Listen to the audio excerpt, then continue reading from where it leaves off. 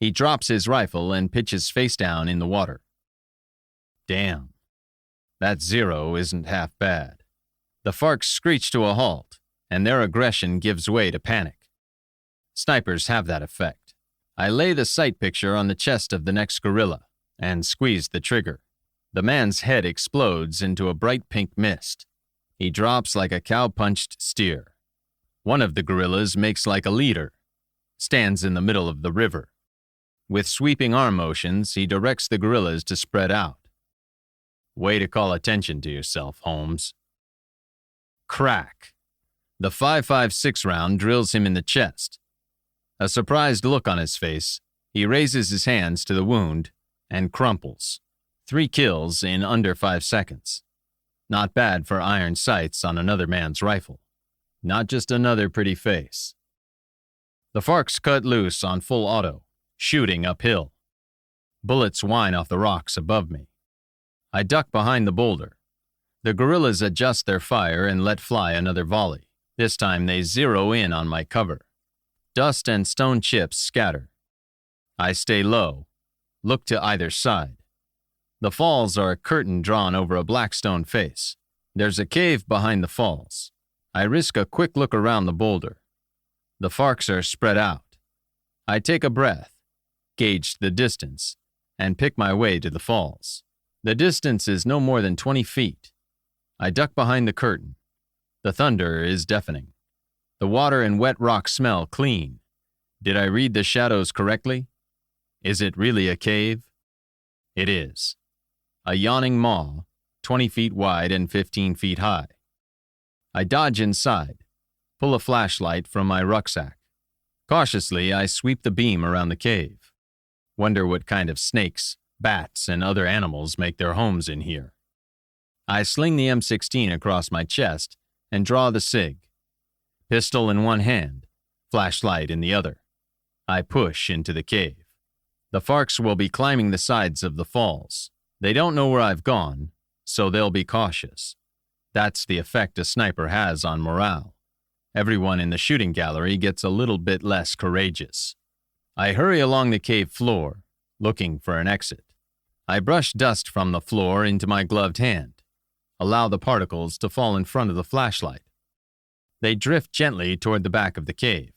I mustn't doubt myself. Behind me, voices, echoing from the stone walls. How far back are they? I wish I had grenades or claymores. I quicken my pace. Before long, I'm jogging behind my bouncing flashlight beam. A narrow shaft of daylight streams into the cave. An opening, partially obscured by vegetation. The waterfall must be a mile behind me. I turn off the flashlight, slip it back into my ruck, push the leaves aside and step through. I find myself facing a wall of black and blue-white skeletons. The arqueros, a dozen or more, have their bows drawn. Deadly mapapiri-tipped arrows are pointed at my chest.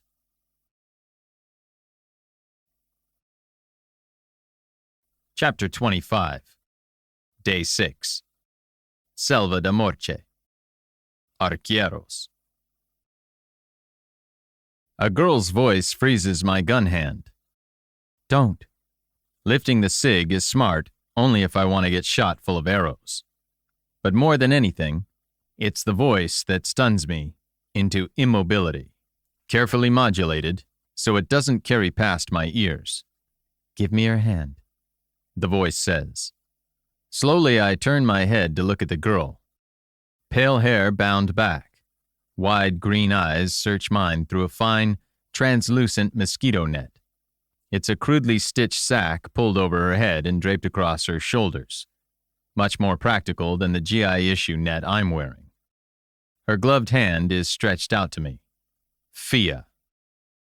She's not asking for my gun. I reach out, take her right hand with my left. It's awkward. Slowly, like she's talking me off a ledge, she draws me aside. The arqueros remain focused on the cave mouth. Fia and I stand at the edge of the clearing, behind the arqueros. I'm conscious she hasn't released my hand. Through our gloves, The human contact feels reassuring in this barbaric place. The arqueros allow 2 FARCs through the opening before loosing their arrows.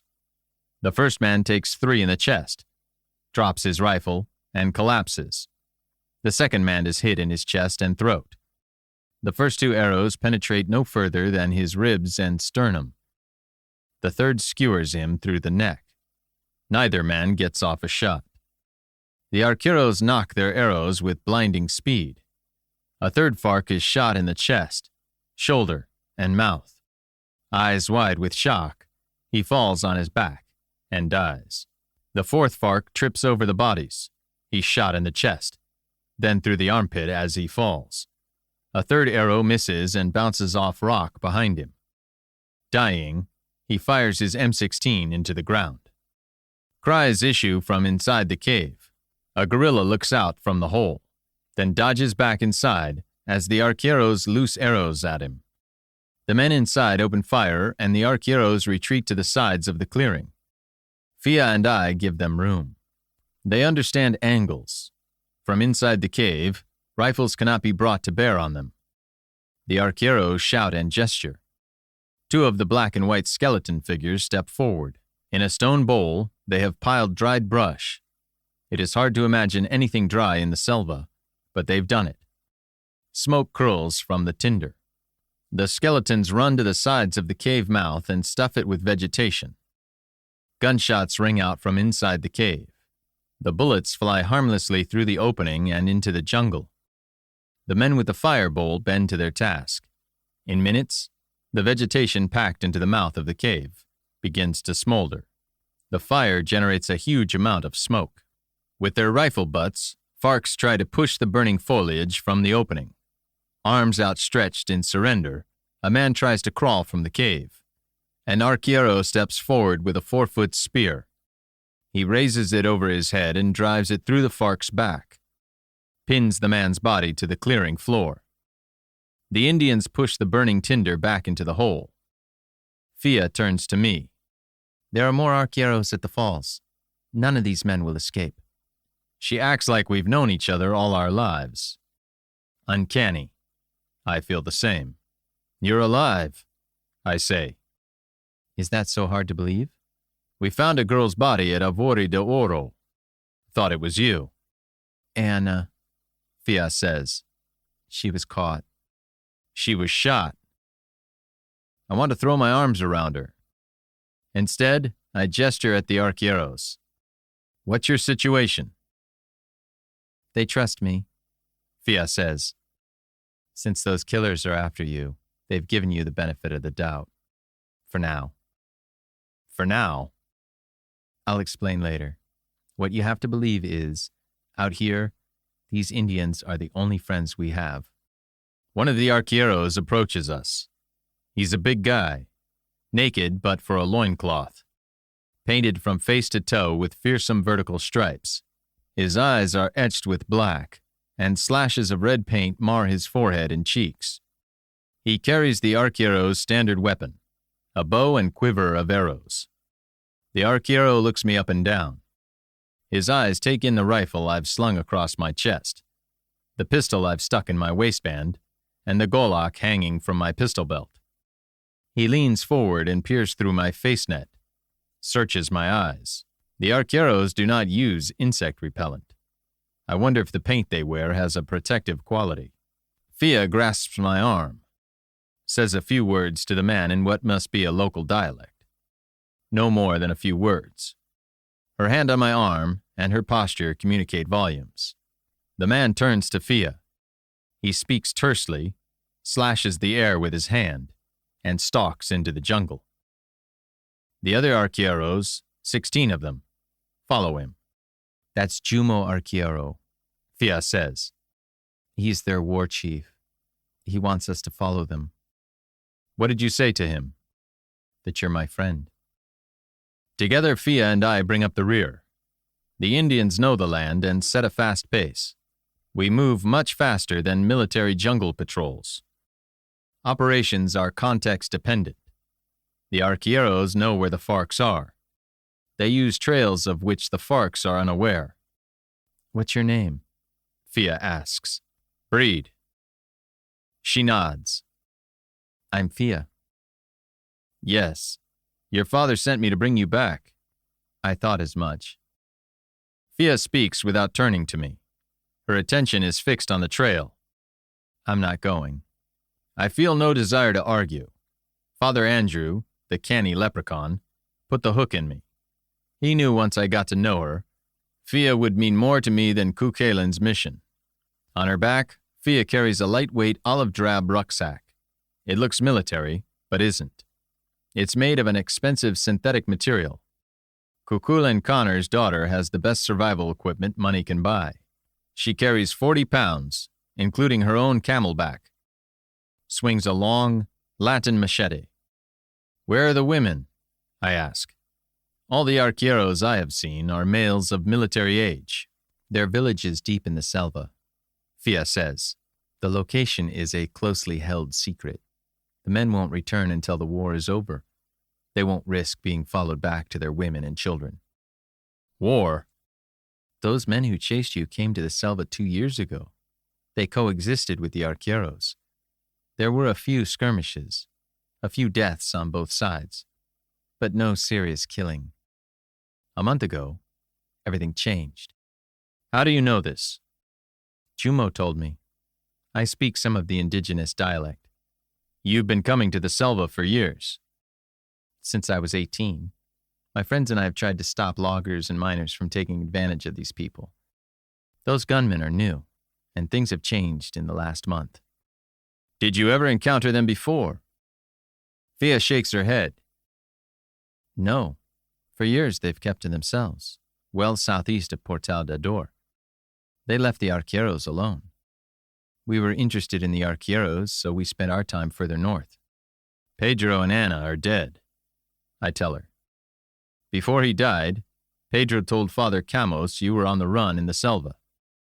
Poor Pedro, Fia says. Poor Anna.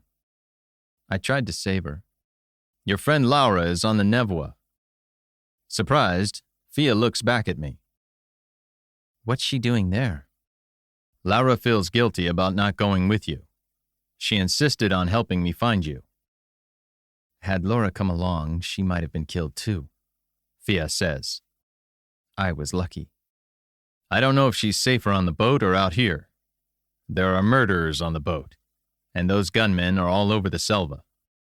I came to find out who those gunmen are, Fia says. Do you know? FARC, I tell her. Marxist guerrillas from Colombia. Tell me about the war. A month ago, these men started killing arqueros. They wiped out a couple of hunting parties, one near Portal d'Ador, another near Villa de Deos. The arqueros retaliated. They attacked people who didn't belong. Miners, loggers, villagers unlucky enough to stray too far into the selva. The men from Villa de Deos. Yes. The arqueros attacked Portal d'Ador. No, they didn't. The garrison at Portal radioed Manaus and said so. Manaus received that message before I left. I always thought it was phony. Fia stops and faces me. Assuming you're right, FARC has taken over Portal d'Ador. Jumo tells me that they have been transporting loads from their base camp to the outpost. What is it they're moving? Jumo doesn't know. Small, heavy crates. They transport them over land in handcarts. It's difficult. Arquero scouts say the FARCs only manage a couple of loads a day. That explains a lot, I tell her. What do you mean? The Nevoa is carrying a secret cargo of weapons. The big ticket items are Stinger anti-aircraft missiles and Javelin anti-tank missiles. They're hidden in crates we picked up at Tieves. Salas says they are supplies and building materials for Portal d'Ador. A trade, you think? Yes. Salas is bringing up a shipload full of arms. FARC will give him whatever is in those crates they have been hauling to Portal d'Ador. Salas will float it back on the Nevoa. People will see. Salas probably has a cover story prepared. From what I've seen, senior officers like Silva are too intimidated to challenge him. Alternatively, Salas and Vargas might be planning not to leave any witnesses alive.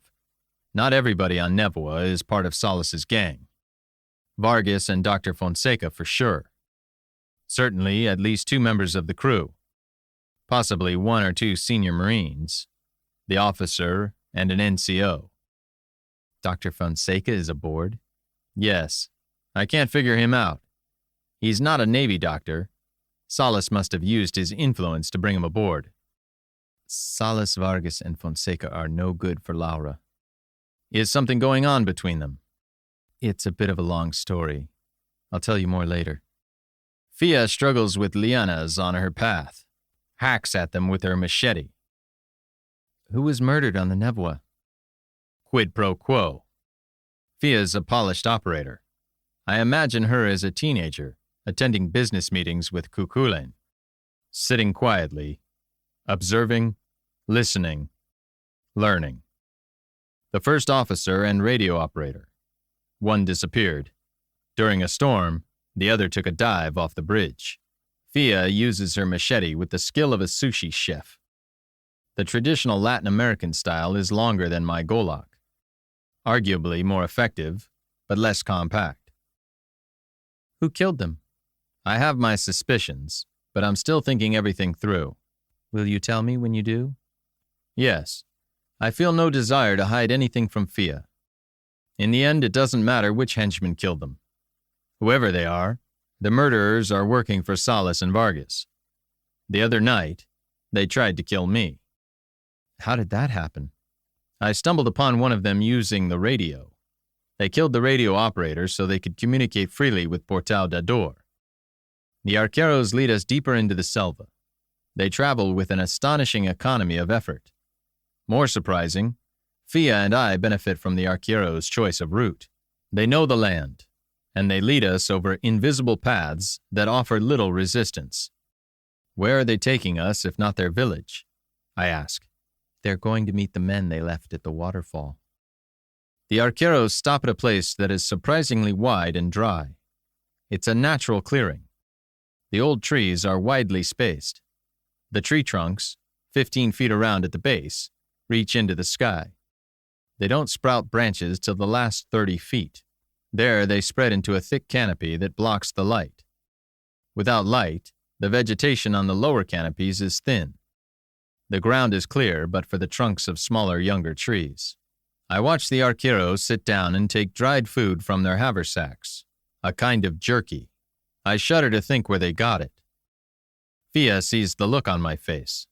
No, she says. No what? No to what you're thinking. Fia shrugs off her rucksack and sets it on the ground, lifts the net from her face.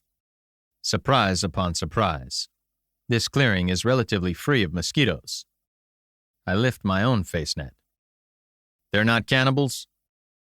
Of course they are, but not the way you think. It's not their usual diet. There's plenty of wild boar and tapir around. Roast boar beats boiled monkey any day. Comforting. For the arqueros, Fia says, cannibalism is about power. If you eat the flesh of your enemy, you diminish him and steal his strength. I suppose that's why deer hunters eat the heart of their first kill. Look at this place, Breed.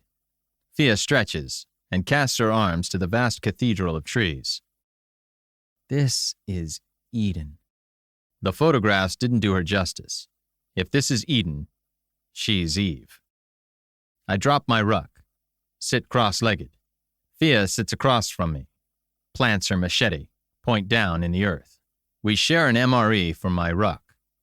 I take one out and tear it open. Fia pulls a bottle of Bushmills from her pack. My eyes widen, and she gives me a sly wink. If you carried that around for 2 weeks, I tell her, you're crazy. Fia takes a swig, hands me the bottle. It's down by half. God created the sun, moon, and stars. The Irish created Bushmills. I'm not about to argue. I wish I'd brought Salas's bourbon along. I accept the bottle, raise it to her, and take a swig. It's fucking warm. Been humping it in 90-degree heat all day. Warm Bushmills. Think I'll have some more. Hand it back. Stare into the emerald pools of her eyes.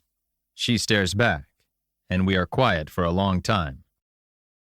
It is hard to look away, so I force myself to speak. Tell me how you came to the Selva.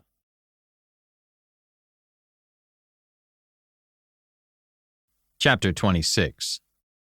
Day 6. Selva de Morche. Fia's plan. Fia takes another long swig of whiskey. That bottle won't last long. I wonder how many she humped into the bush. I cast a suspicious glance at her ruck. That's a 2-quart Camelback she's stuffed in there.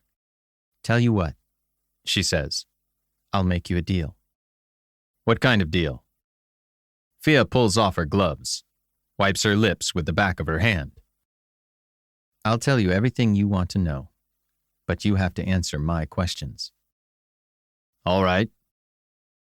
Why did Dad hire you to find me? He heard from a few misguided souls that I could work miracles. Fia laughs. You found me, so I guess they were right. I shake my head. The miracle is that you are alive. What are you? A cop? Army? One of those SEAL Team 6 dudes? That's who Dad would buy. Nothing so dramatic. I was a warrant officer in the Army.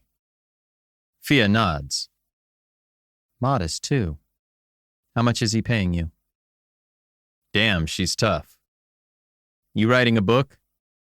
Blank check, right? Something like that. Dad gives blank checks to ordinary people all the time. Fia helps herself to some cheese out of the MRE. Don't worry, Breed.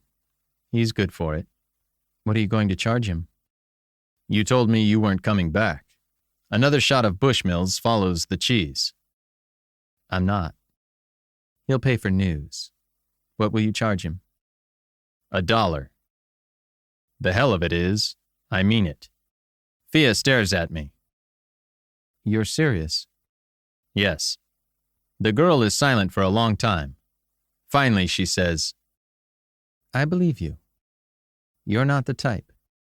What type is that? You know what type.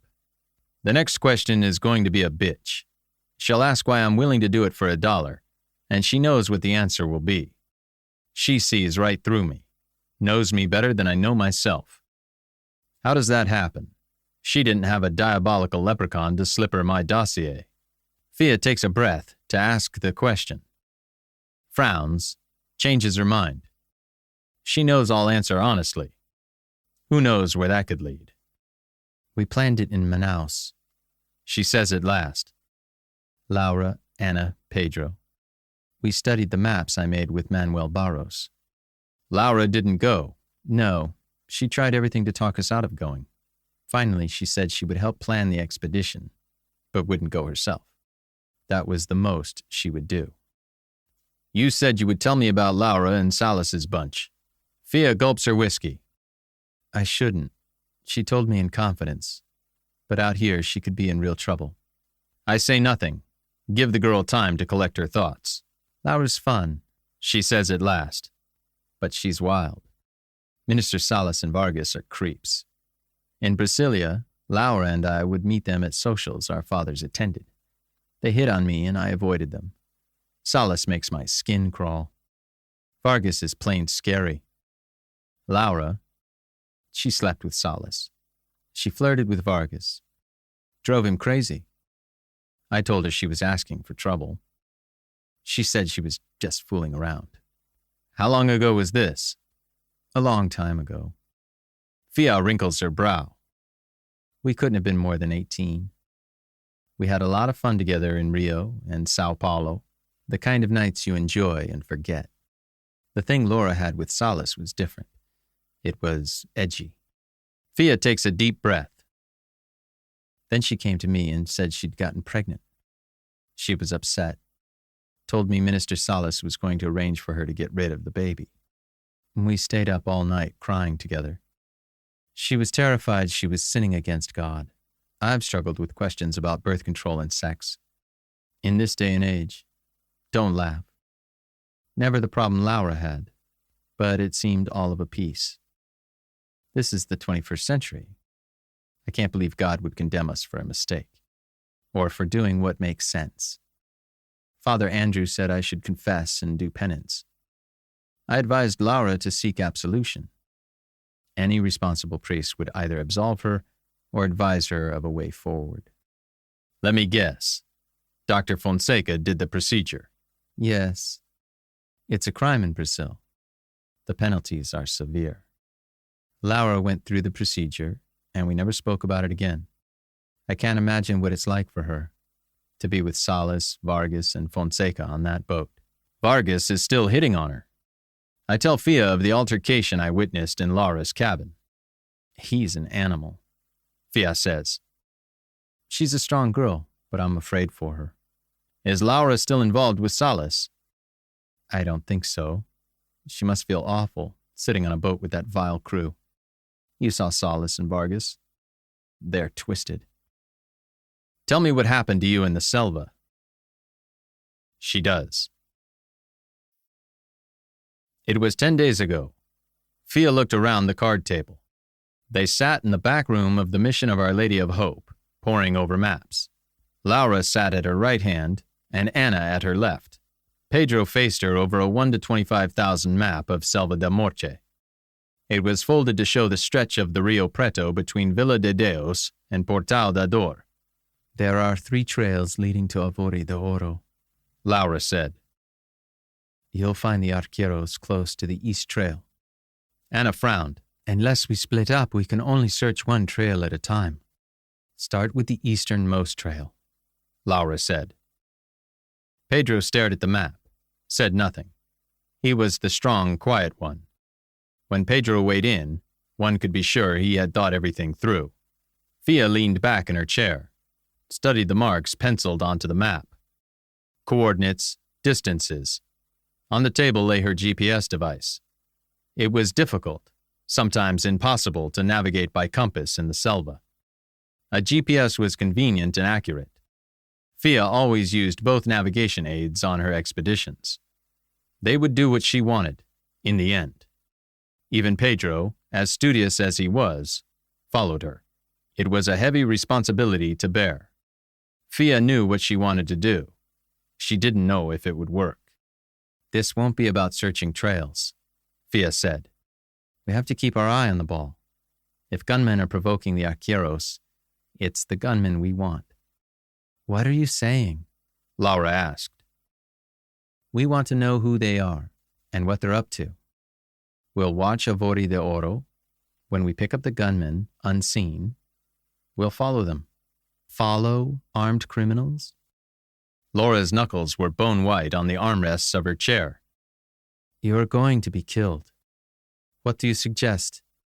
Anna asked. Anna was a plain girl from the Dardon.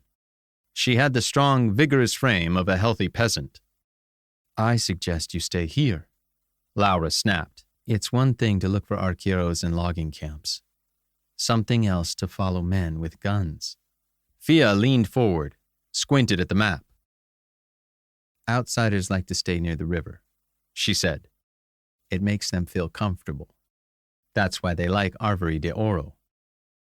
We'll hide in the jungle and watch the clearing.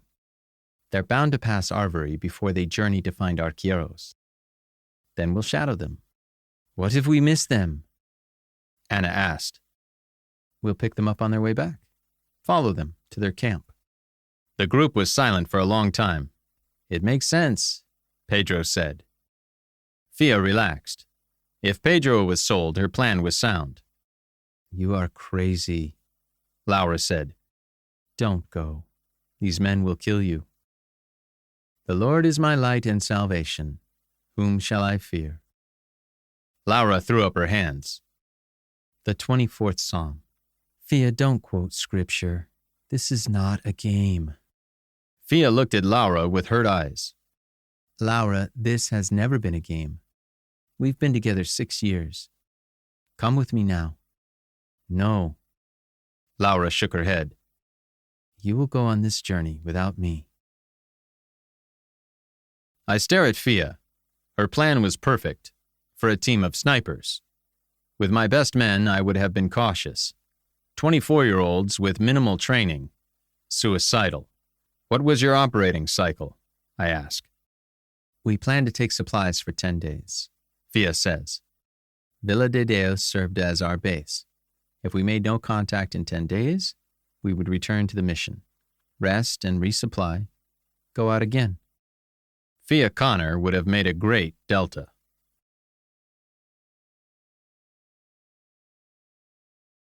Chapter 27. Day 6. Selva da Morche. Contact.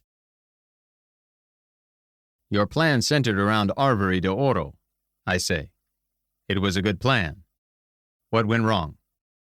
Fia looks miserable. What went wrong was, we never got there. Fia said goodbye to Father Camos at the edge of the forest. She led her team into the gloom, set off along the river trail. The selva was relatively quiet during the day. The oppressive heat pounded everything alive into a stupor. In the dark, under the triple canopy, the air was hot, humid, and stifling. No breeze ruffled the leaves. Fia forged her way through the jungle as quickly as she could. Trails were abstractions. They were often recognizable only as areas of disturbed vegetation. Fia would frequently lose the trail, consult her GPS, and relocate the path 100 yards away. Dense foliage trapped jungle odors in pockets. Here, the cloying sweetness of wildflowers. There, the smell of decaying vegetation. Slash through a curtain of lianas, and you could release the stench of a dead tapir. Food for legions of ants. Midday, they stopped to eat a light meal. Do you think we will arrive at Arvory before dark? Anna asked. I think so, Fia told her. We're almost halfway. They sat at the foot of an enormous tree trunk, as big around as a house. It was a landmark they used on the way to the plantation.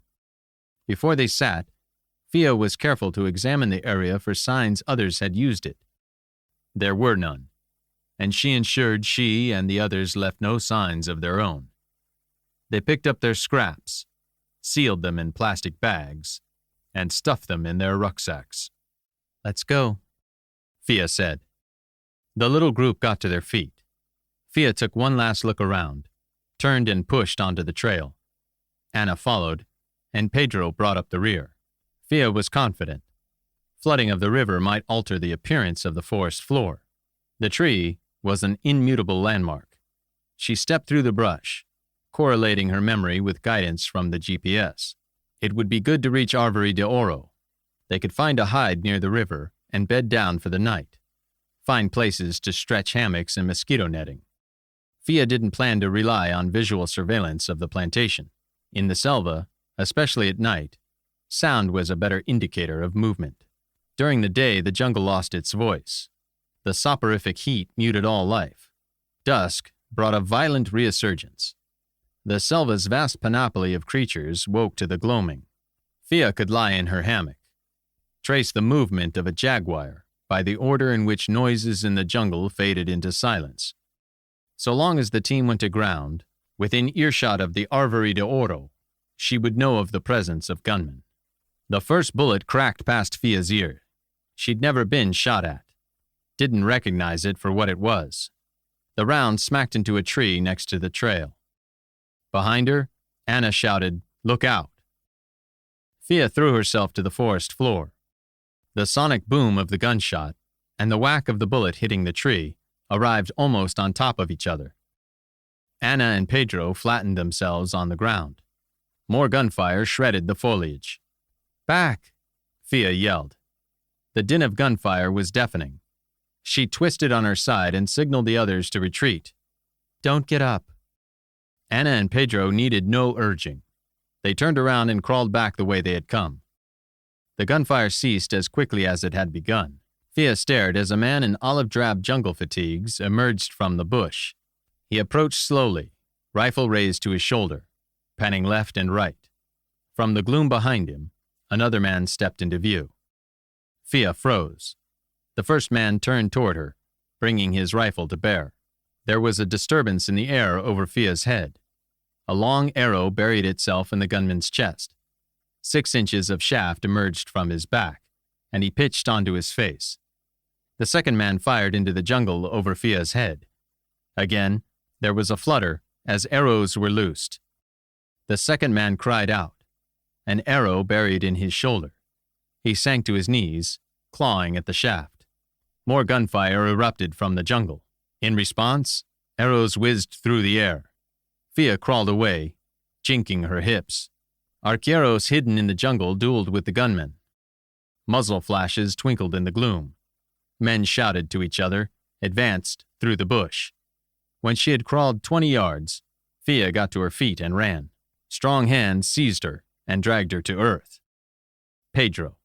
"Stay down," he said. "They are coming. We can't stay here," Fia hissed.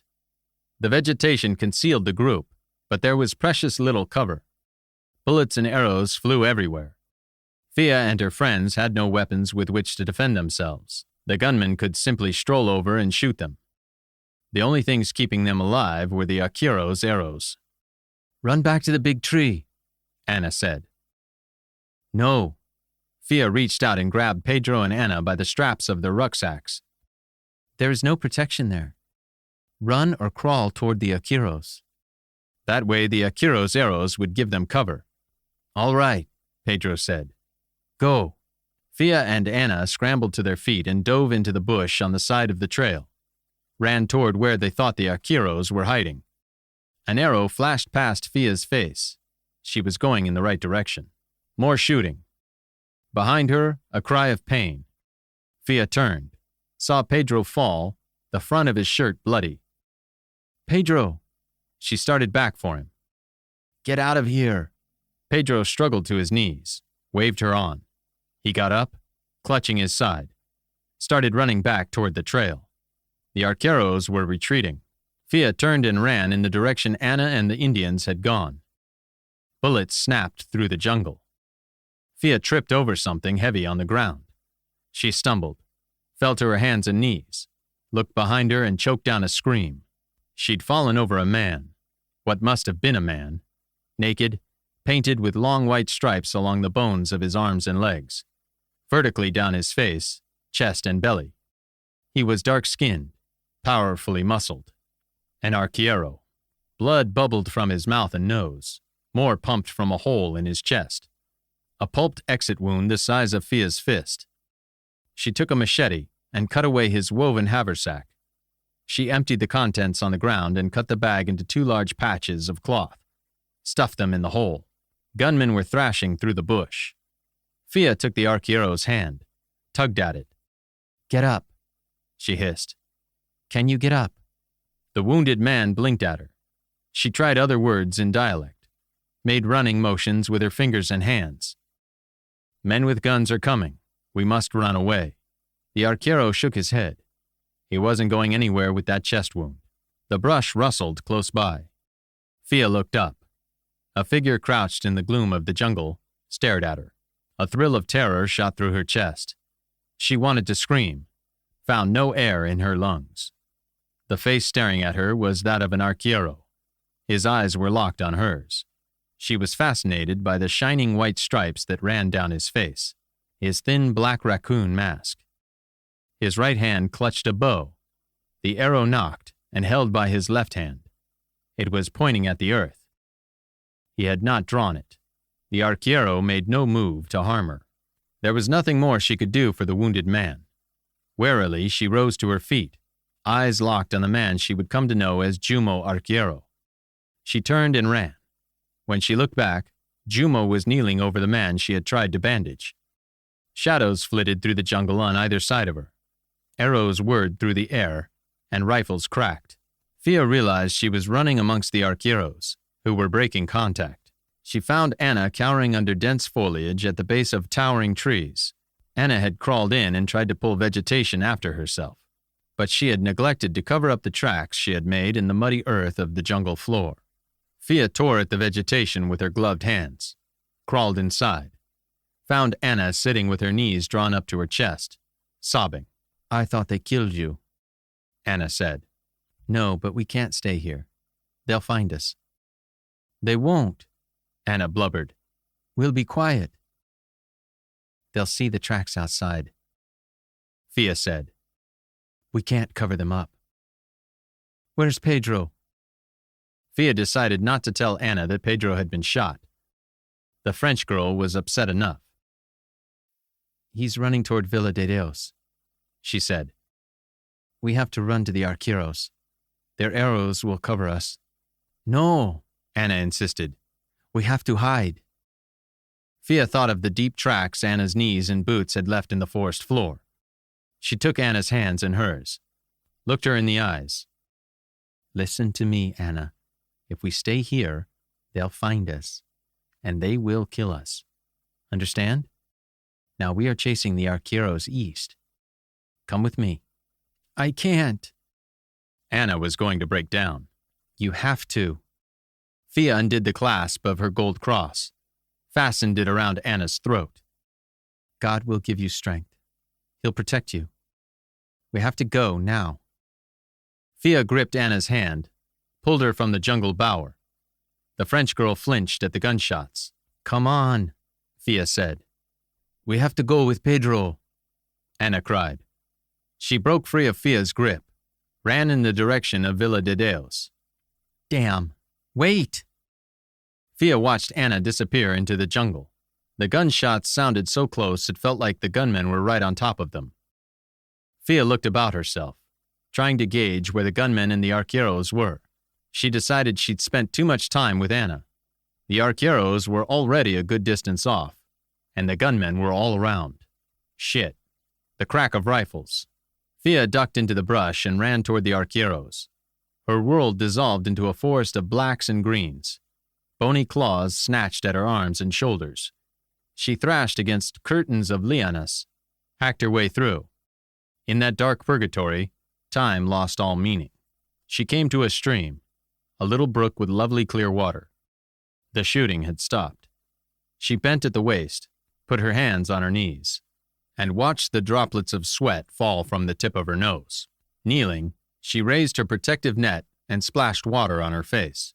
That's when she realized she wasn't alone. Arqueros, I ask. Fia takes a long swig of Bushmills. We've taken the bottle down by another quarter, and she's done most of the drinking. She grimaces, bites down the liquor. You know it, she says. Helping Jumo's friend won me some brownie points. They didn't kill me. You might want to go easy on that whiskey. Relax, Breed. I was baptized in it.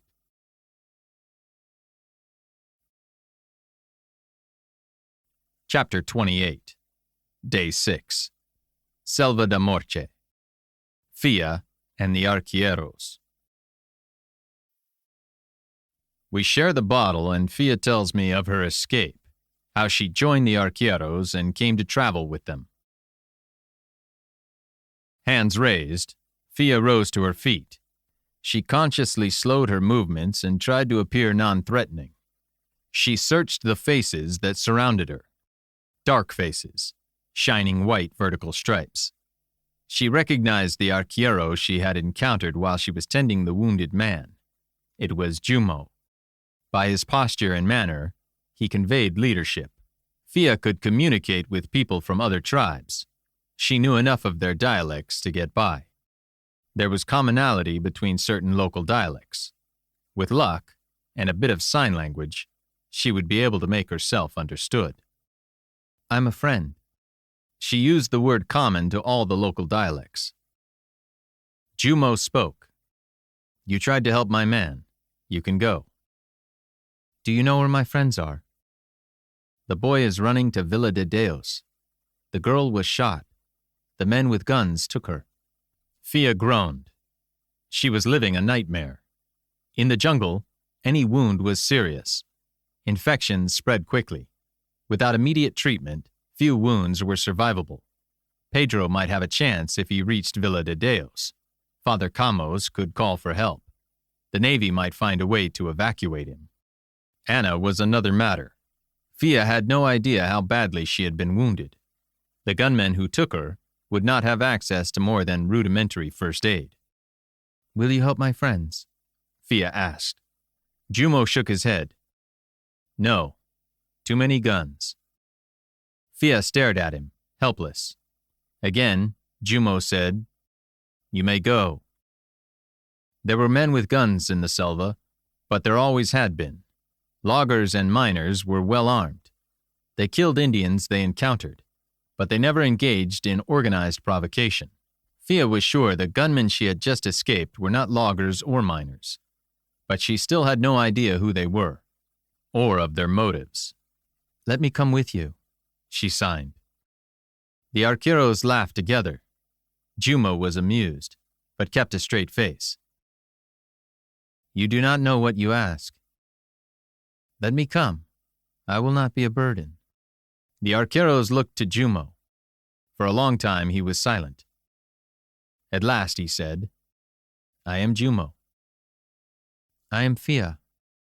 If you fall behind, Jumo said, we will leave you. The arqueros set off and headed north. Fia checked their route with her compass and GPS. It was clear they were traveling toward Villa de Deos, but far enough east that they would pass the mission. Fia was worried sick about Pedro and Anna, but she saw the logic in Jumo's words.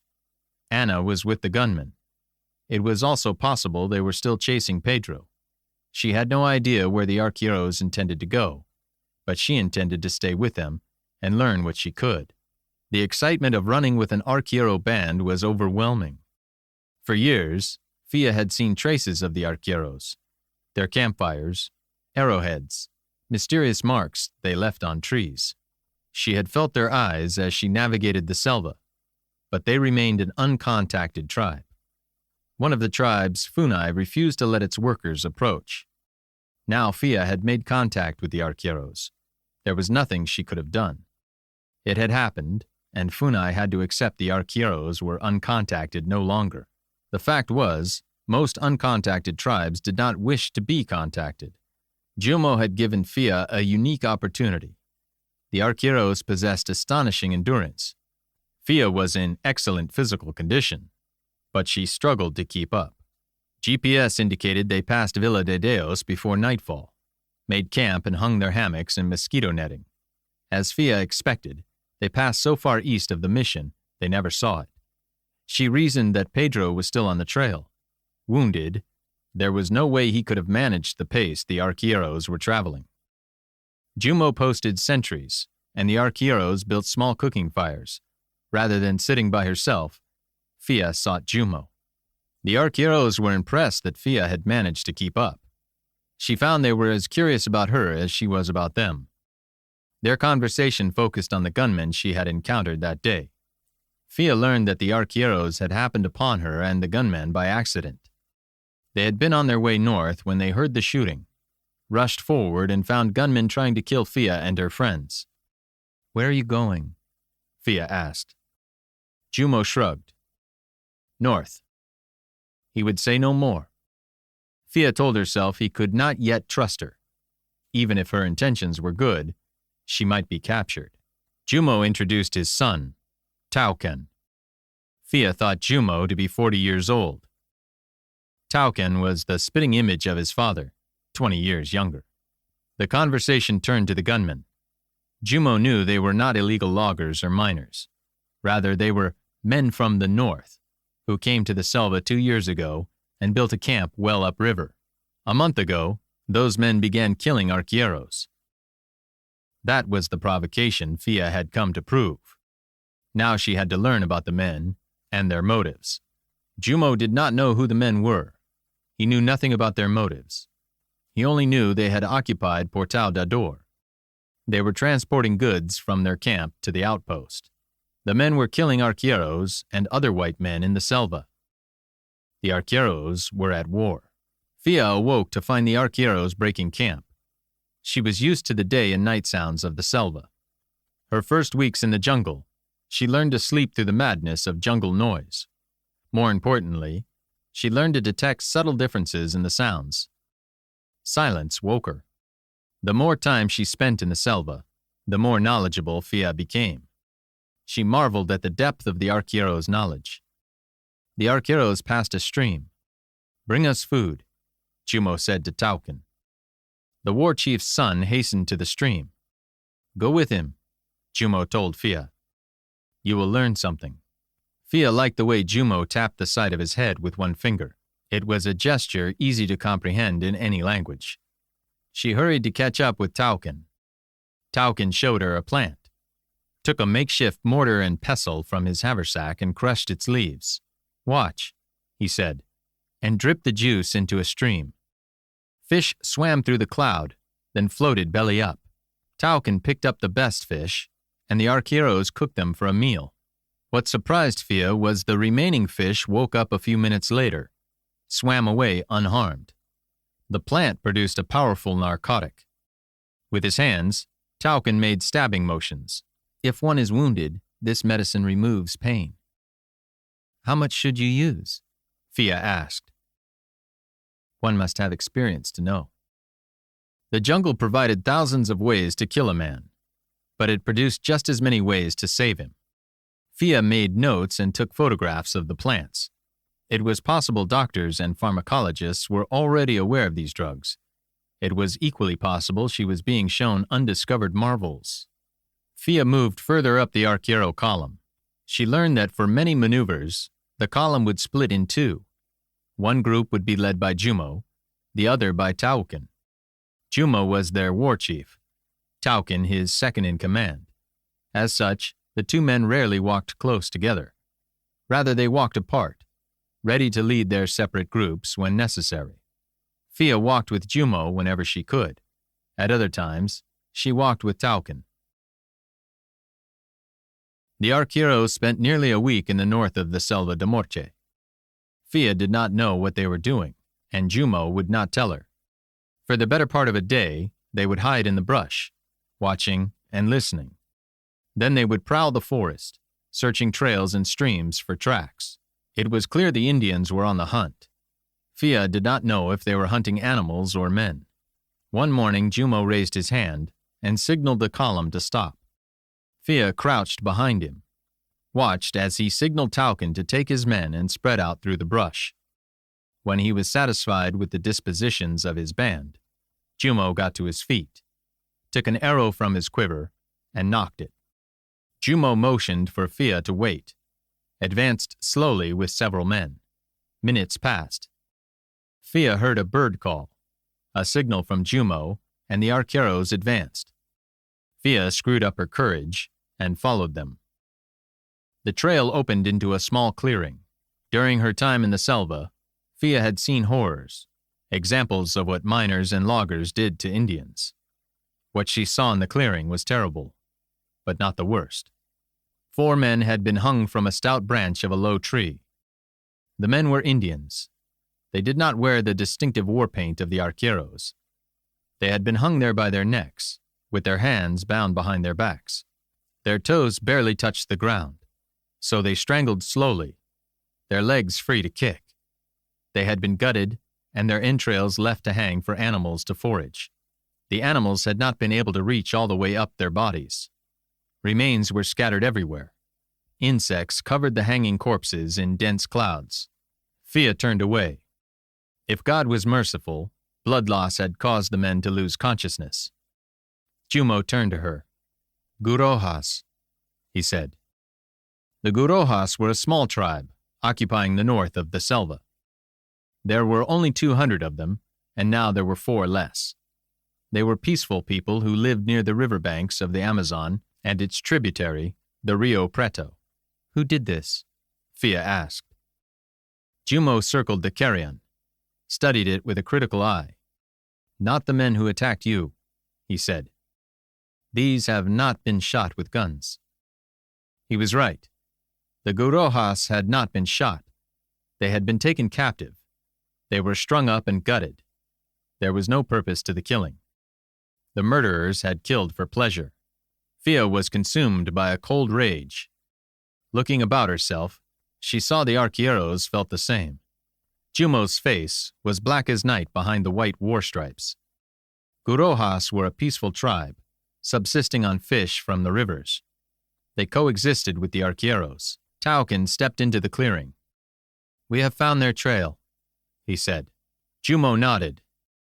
Tauken turned and led the arqueros into the jungle. Every man in the war party was bent on justice. Fia squeezed her eyes shut, reminded herself that vengeance was reserved for God. But she wanted it anyway.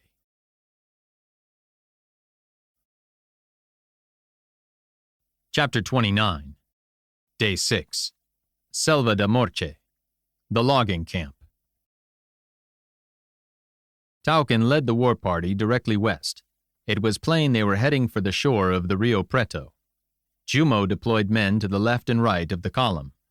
They would provide warning of any trouble in the forest. How many? Fia asked. Jumo held up 6 fingers, shrugged his shoulders, held up 10. 6 or 10 men, all they could tell from the tracks in the clearing. Night fell and they made camp. Jumo set twice the number of sentries. Every man slept with his weapons close to hand. Fia had only her machete. She took it into her hammock, slept with it across her chest. When morning came, they continued their journey. The roar of chainsaws guided them to the logging camp. Jumo, Tauken, Fia, and 2 other arqueros advanced ahead of the main party. Fia never asked for permission. She followed Jumo or Tauken, waited for them to shoo her off. They never did. Sometimes they motioned for her to stay back, or follow last. They crept to the edge of the forest and looked out on the clearing. It was on the shore of the Rio Preto, 100 yards of riverbank, 40 yards deep. The loggers had felled dozens of trees.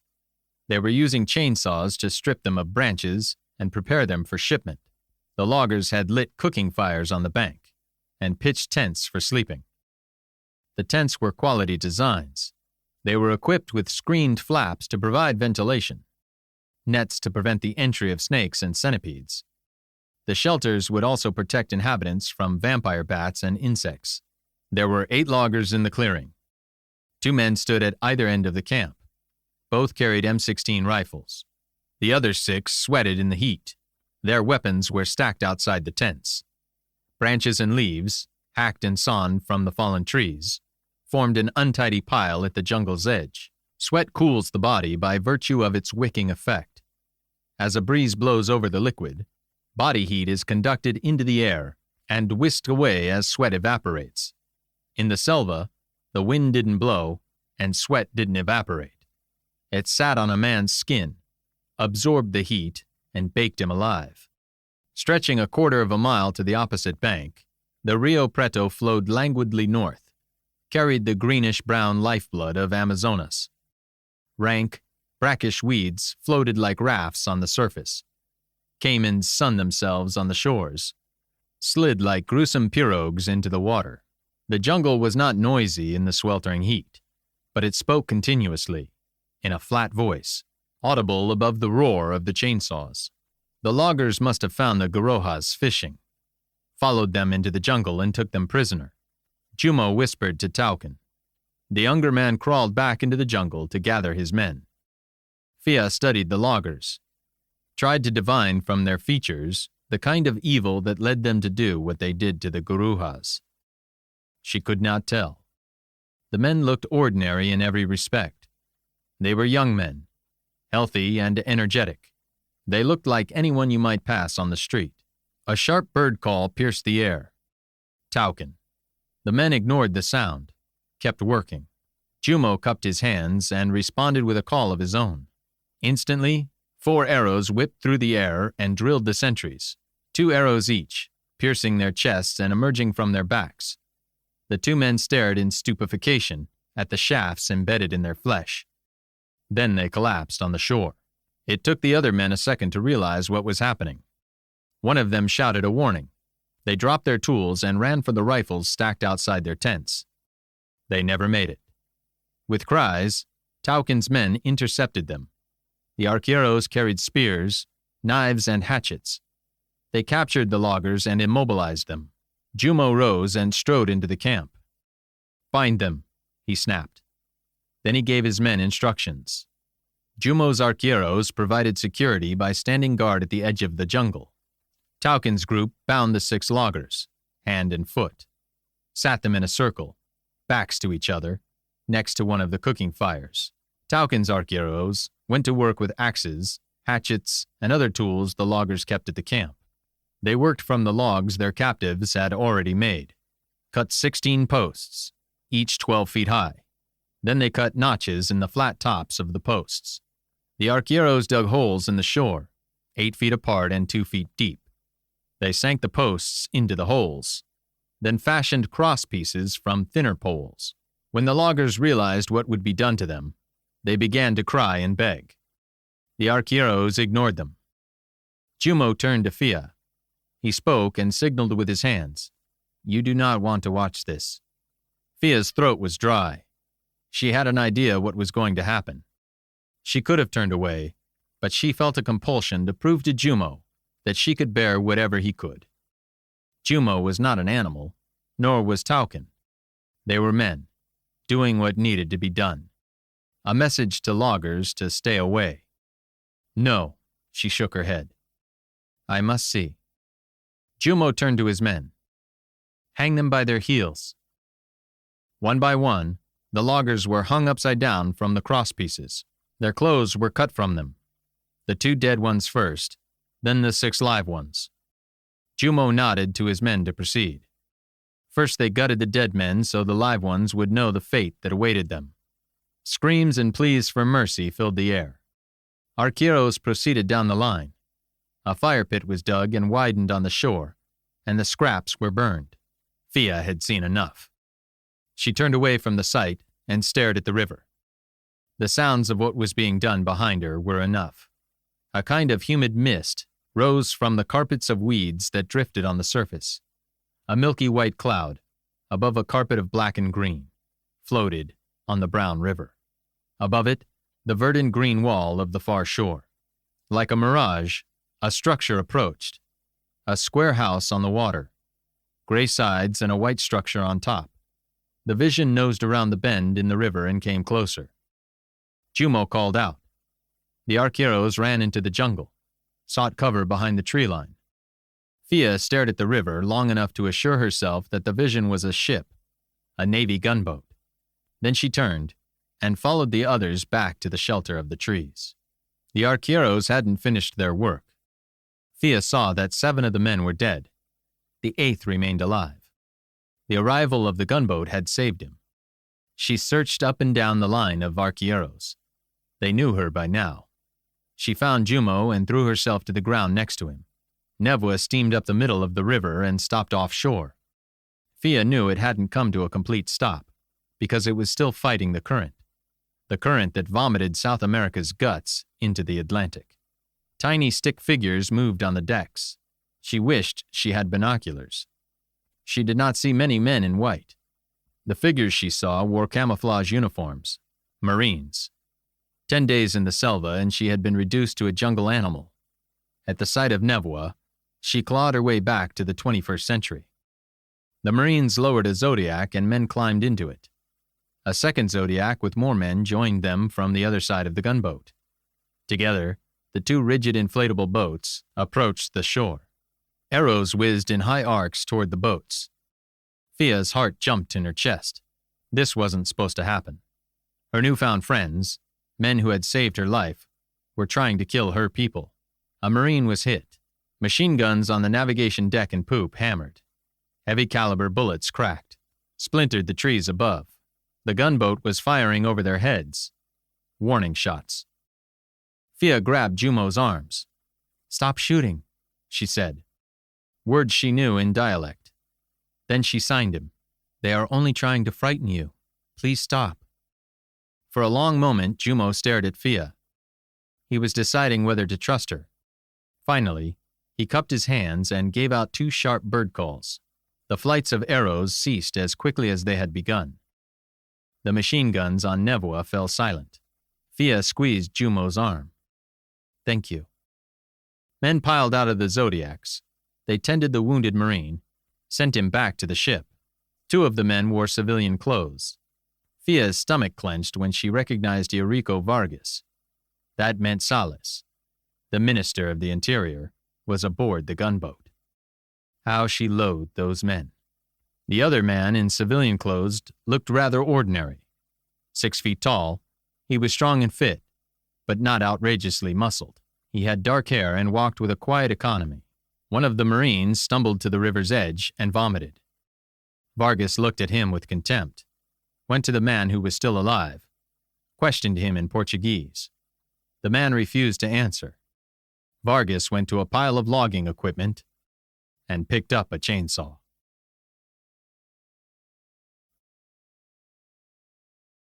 Chapter 30. Day 6. Selva da Morte.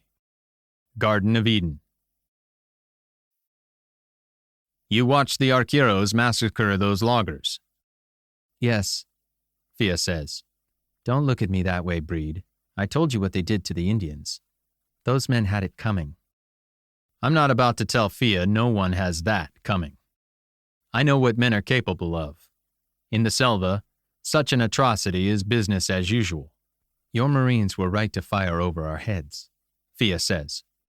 They know Funai policy is to never kill Indians. Marine policy is only to kill as a last resort. Jumo saw that. He knew you meant no harm. I say nothing. The silence grows thick between us. I watched you fight Vargas, Fia says at last. How much did you see? I saw everything. Again we fall silent. This time it feels like we are enveloped in a warm bath of shared experience. We've seen things that can't be unseen, images that haunt our dreams and torture our sleep. We've tilted with men like Vargas. We know good does not always triumph. Jumo walks toward us, raises his hand. Fia quiero, he says. Fia looks up. They exchange words. Satisfied, Jumo walks away. Why did he call you that? I ask. Among the indigenous, one's last name is the name of one's tribe. Fia smiles. They've adopted me. What did he want? Tarkin's force will join us at dawn. Together we'll head south. Jumo posts sentries, and the rest of us string up our hammocks. Warily, I peer into the shadows above me. Don't want to bed down under a sleeping anaconda. Satisfied, I arrange my mosquito net. My ruck and rifle lie against the tree by my head. It's a rule, never violated. Your rifle must never lie out of reach. The arqueros arrange mosquito netting around their hammocks. Mosquitoes don't seem to bother them, I say. Why the nets at night? They're not for mosquitoes, Fia says. She crawls under her own net. What then? Vampire bats. Those things will suck you dry. I take off my boots and roll them up in a plastic bag. I don't want snakes, centipedes, and spiders to crawl into them overnight. The SIG joins me in the hammock. I'd started with 9 rounds in Manaus. There are only 4 left. I lie in the hammock and close my eyes. I hold the pistol in my right hand. Jumo wants to attack the FARC base camp. I want to see the secrets it holds. Salas and Vargas are shepherding a secret cargo along the Rio Preto. A piece of the puzzle is missing, and I have a hunch I'll find it at the FARC base. Fia is another problem. Cuculain wants her back, but she won't go. As the operator in the field, how should I interpret my mission? I wanted to find Fia. Now I want her safe. I fall asleep. Night in the Selva da Morte is black and noisy. Creatures dormant during the heat of the day are active at night. The figure that steps to the side of my hammock makes no noise. It is a sixth sense that awakens me. My eyelids flutter open, and I slip the safety off the SIG. Fia lifts the mosquito net and steps into my space. I slip the pistol's safety back on. She leans over me, places her palm flat on my chest. My heart hammers. I'm certain she can feel it. I look over her shoulder, use my peripheral vision to bring her figure into focus. It's a sniper's trick. The rod cells in the periphery of your retina are more sensitive to dim light. She's wearing nothing but her shirt. Both of her palms flat on my chest. She pushes down. Her weight adds tension to the hammock, keeps it from swaying. She knows I'm awake and aware. As though mounting a horse, she swings her leg over. She straddles me and climbs in. Fia can't sit back or she'll tip us over. Her hands on my chest, she leans forward and kisses me softly. This was going to come. Sitting across from her was like making love without touching. My hands cup her heels, the soles of her feet. Slowly, I stroke up her ankle and calves. I suck a breath of surprise. Of course, she hasn't shaved her legs in 2 weeks. The sensation of running my hands over the fine, soft fur excites me. She reaches with one hand and pulls me out. No fumbling.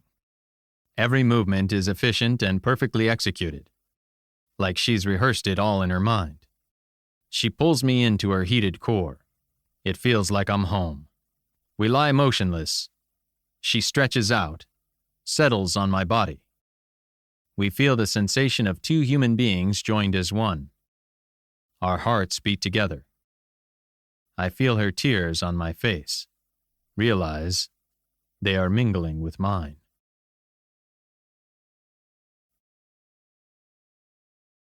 Chapter 31. Day 7.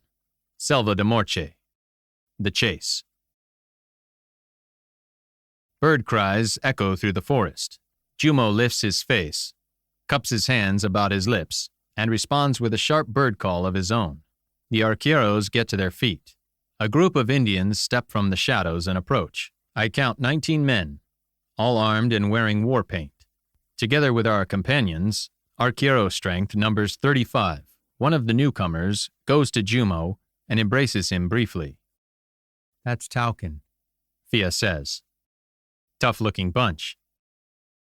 They didn't lose anyone. Fia observes. Jumo is smart. As soon as he saw you running for the waterfall, he split his force, set up the ambush. He's got a tactical brain. Yes. Jumo has been attacking small groups of FARC. He wants to wear them down before he attacks their camp. Where is the FARC camp? 6 miles southwest of Portal de Dor. Fia says. The arqueros have known about it for 2 years, but left it alone. FARC has a lot of guns. No one is going to take on that camp unless they have to. How many men does FARC have? Jumo says 60, less the 12 he killed yesterday. With another 20 or so around Villa de Dios, that leaves 28 at the camp. The sophistication of Jumo's strategy is impressive. That's why he traveled north, I say. He wanted to draw off FARC's strength. Exactly. Now he's doubling back to attack a reduced force. We set off with the arqueros. Jumo changes the order of march. His lieutenant leads the file, while the war chief travels in the middle with me and Fia. 17 men ahead of us, and 17 behind. Jumo looks like he expects trouble, I tell Fia. He does. Care to tell me about it? We killed all the FARCs who followed you into the cave, but they weren't alone. No, I avoided another group on the river trail. When I left them, they were headed for Arvorí de Oro to join their point element. Fia replies without taking her attention from the trail. They heard the shooting and doubled back. Tauken's men spotted them from the falls. And they let us sleep overnight? Jumo and Tauken both posted lookouts. No one travels at night in the Selva. It was the same during the Vietnam War. Only recently did we develop night optical devices, NODs. Night vision is restricted to military and law enforcement personnel. This is the last significant FARC unit loose in the Selva, Fia says. If Jumo can destroy it, we'll face equal numbers when we reach their base camp. There were 12 men, all armed with automatic weapons. More if they were joined by those at Arvorí. Fia looks back and smiles. Jumo says there are 18 of them. We're used to those odds. Jumo figures he has a secret weapon now. Oh yeah? You. Fia winks.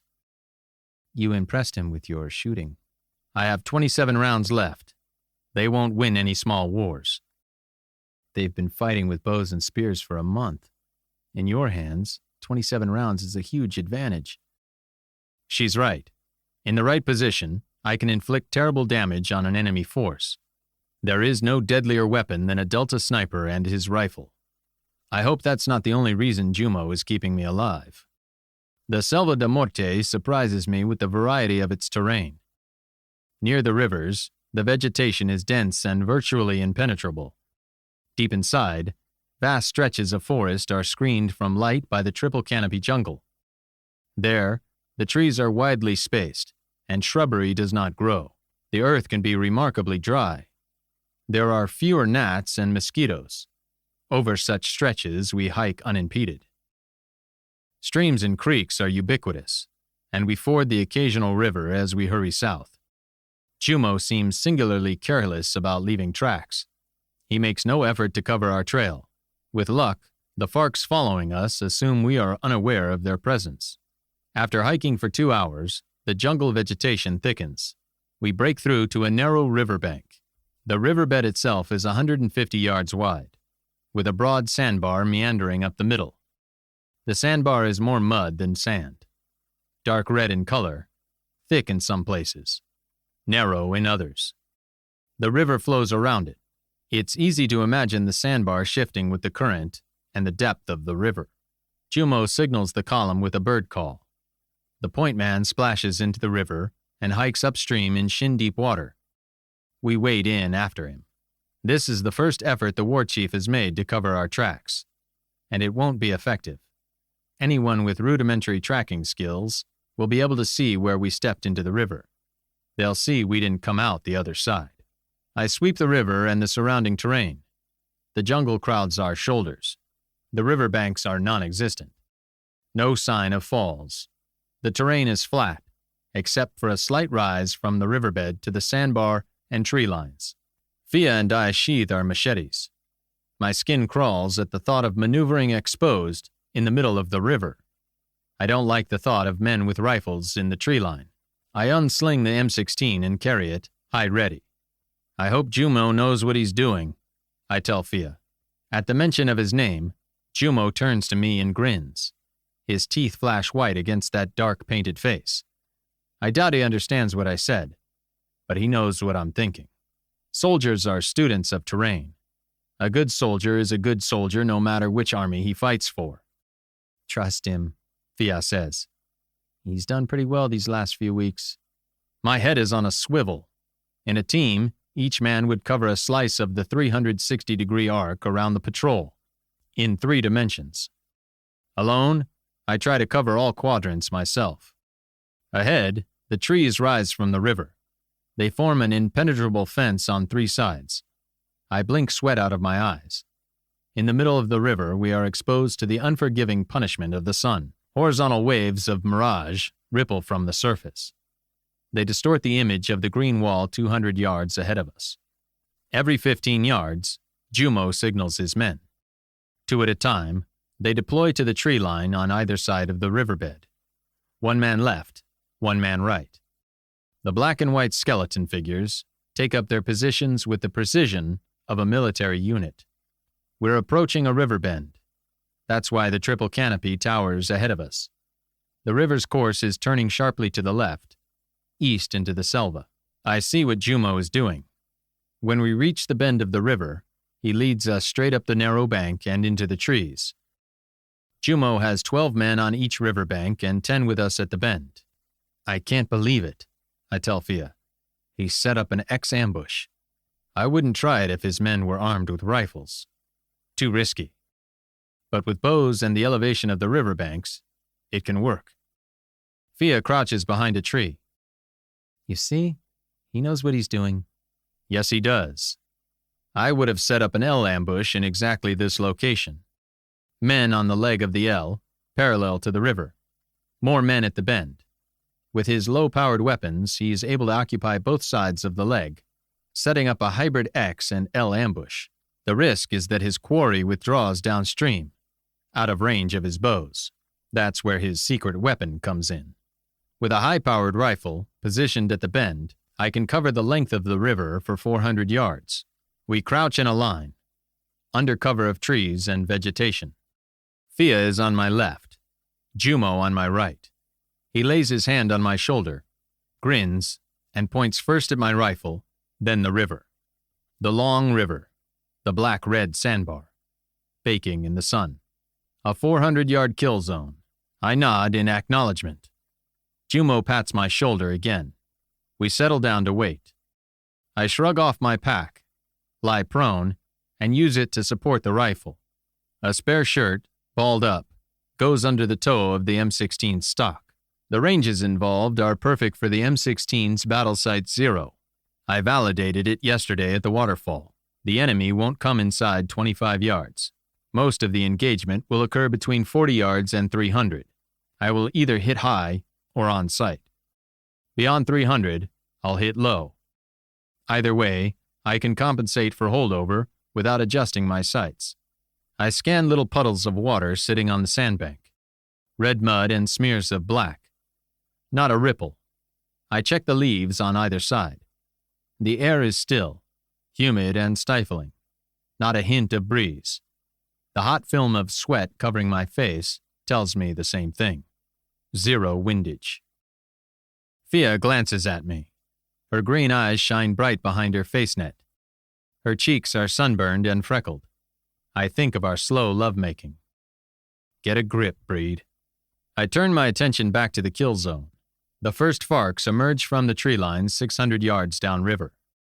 They look at the mud on the riverbank, stare upstream, confer.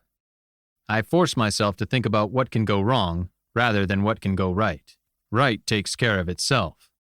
Wrong needs to be dealt with. Jumo's men could fire too soon. My optimum range is between 25 and 300 yards. The arqueros are deployed for 200 yards on either side. Their bows have an effective range of 60 to 70 yards. It is highly unlikely they will shoot before FARC is inside my optimum. FARC should assault the ambush, take advantage of their superior firepower. The X ambush makes that a difficult proposition. FARC can withdraw. That means I have to adjust my fire, and pretty damn quick. I'll go from hitting high this side of 300 to hitting low on the far side. On the far side, the enemy will present smaller targets, harder to hit with iron sights. The front sight post could obscure the target. I lick sweat from my lips. They're coming. Wading into the river, turning upstream. Rifles at high port. Nervous, they scan the tree line on both sides of the river. I flick off the safety. Rest my trigger finger on the lower receiver. Raise my face net. Screw the mosquitoes. I want a good look at what I'm shooting at. How many? 18 men in the river. 10 yards separation. 18 men. A column of 180 yards. If we wait till they are all in the kill zone, the closest will be 25 yards away when we engage. At that range, I will hit on 0. They're still coming. Lie down, I tell Fia. Flat. Put your face on the ground and don't lift your head. The point man is at 80 yards. Still, the arqueros refuse to shoot. They're waiting for Jumo's signal. I have no idea what it will be. 70 yards. Mentally, I adjust my holdover. 60 yards. Jumo is one cool customer. He's waiting for the targets to be inside the effective range of all his bows. 50 yards. 30. I slide my finger to the trigger, ready to tickle. Jumo cups his hands and issues a bird call. 30 arrows fly simultaneously. I break my shot. The point man goes down. A crimson flower blooming across his chest. Arrows thud into his belly and arms. Farks in the middle are hit by arrows. I fire a second time.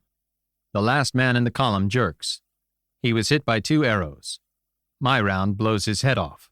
The Farks turn in both directions and open fire on full automatic. Rake the tree lines. Several men have been wounded by arrow strikes. They dive into the shallow water and continue fighting. The current breaks over the cowering men.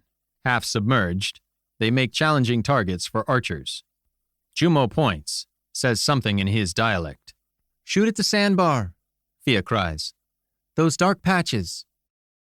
Bullets snap through the air around us. I told you to keep your head down. I put 2 bullets into the sandbar. Jumo yells at me. More, Fia urges. Shoot some more. I don't get it. As far as I'm concerned, it's a waste of precious ammunition. I fire 5 more times. Watch the rounds smack into the bar.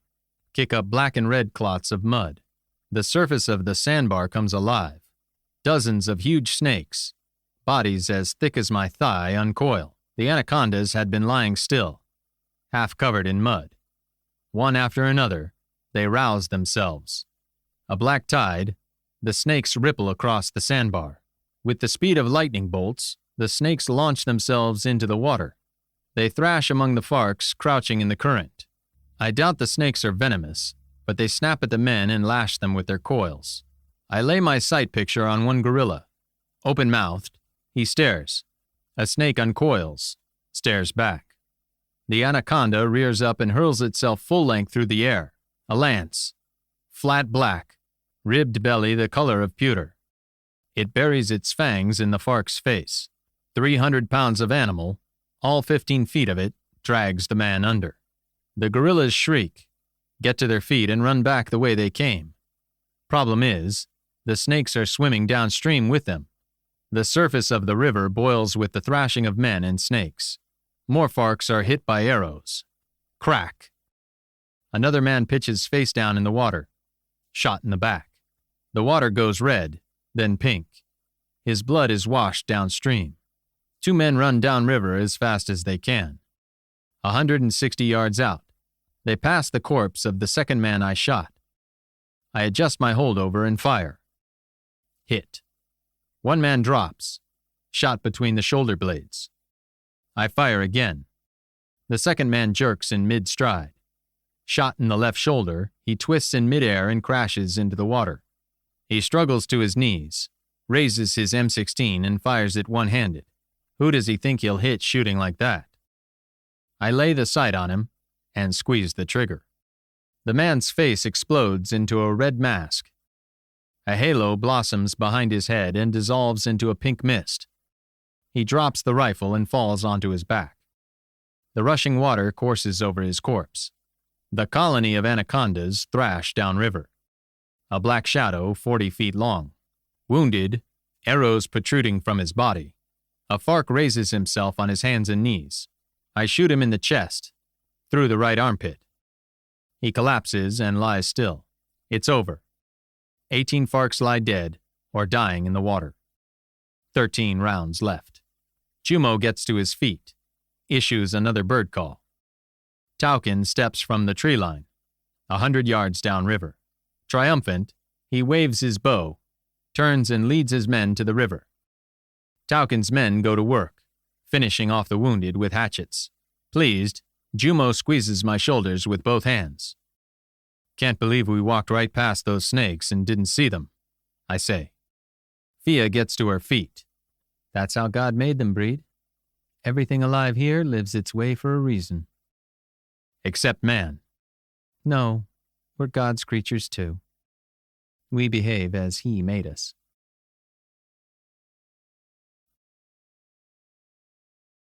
Chapter 32. Day 7. Selva de Morte. The Murderers. The river runs straight north-south, parallel to the Rio Preto. We can make good time hiking along its narrow banks. But Jumo is careful. The closer we get to the FARC camp, the more likely we are to encounter FARC patrols. Jumo is unwilling to take that risk. He leads us south, hiking inside the tree line. We are likely to spot FARC or other hostiles before they spot us. I walk with the rifle slung across my back, Golok in hand. Tell me about the murdered men, Fia says. Gaspar the first officer and Morais the radio operator, I say. I don't know much about Gaspar's death. I think he was knocked unconscious and slipped over the side. The current carried him away in the dark. No one on watch saw the body disappear behind the Nebua. Why was he killed? That I know for certain. The Nebua had a close call with another ship when we left Tieves. Gaspar thought the cargo might have shifted. Said he would check on it. He found the missiles. Either he found the missiles, or he was killed to prevent him from finding the missiles. Which scenario doesn't matter. The last time he was seen alive was half an hour before dinner. All the senior passengers were together at the meal. That leaves 30 minutes before and 5 hours after when anyone could have killed him. If they killed him before dinner, they needed a place to hide his body. The killer could have dined with the rest of us and pretended to go to bed. Later, he could have returned and disposed of the corpse. Where could the body have been hidden? That, I tell her, is an excellent question. The answer leads us to potential suspects. Explain. Gaspar was going to check the cargo right away, so it made sense for him to be killed right away. They had to hide his body. There's a lot of traffic along the main decks of the ship. I think the body was hidden on the engine deck. The engine deck? Yes. The Nebula has a shallow draft, only 3 to 5 feet. The engine deck is used for engines, fuel tanks, fresh water stores, and the magazine. Only 2 people bunk on the engine deck and use it regularly. The first engineer, Elvire Collard, and the second engineer, Delphine Dutra. I think they are the murderers. Did both have opportunity? Collard was at the helm when Gaspar told me and Captain Silva he was going to check the cargo.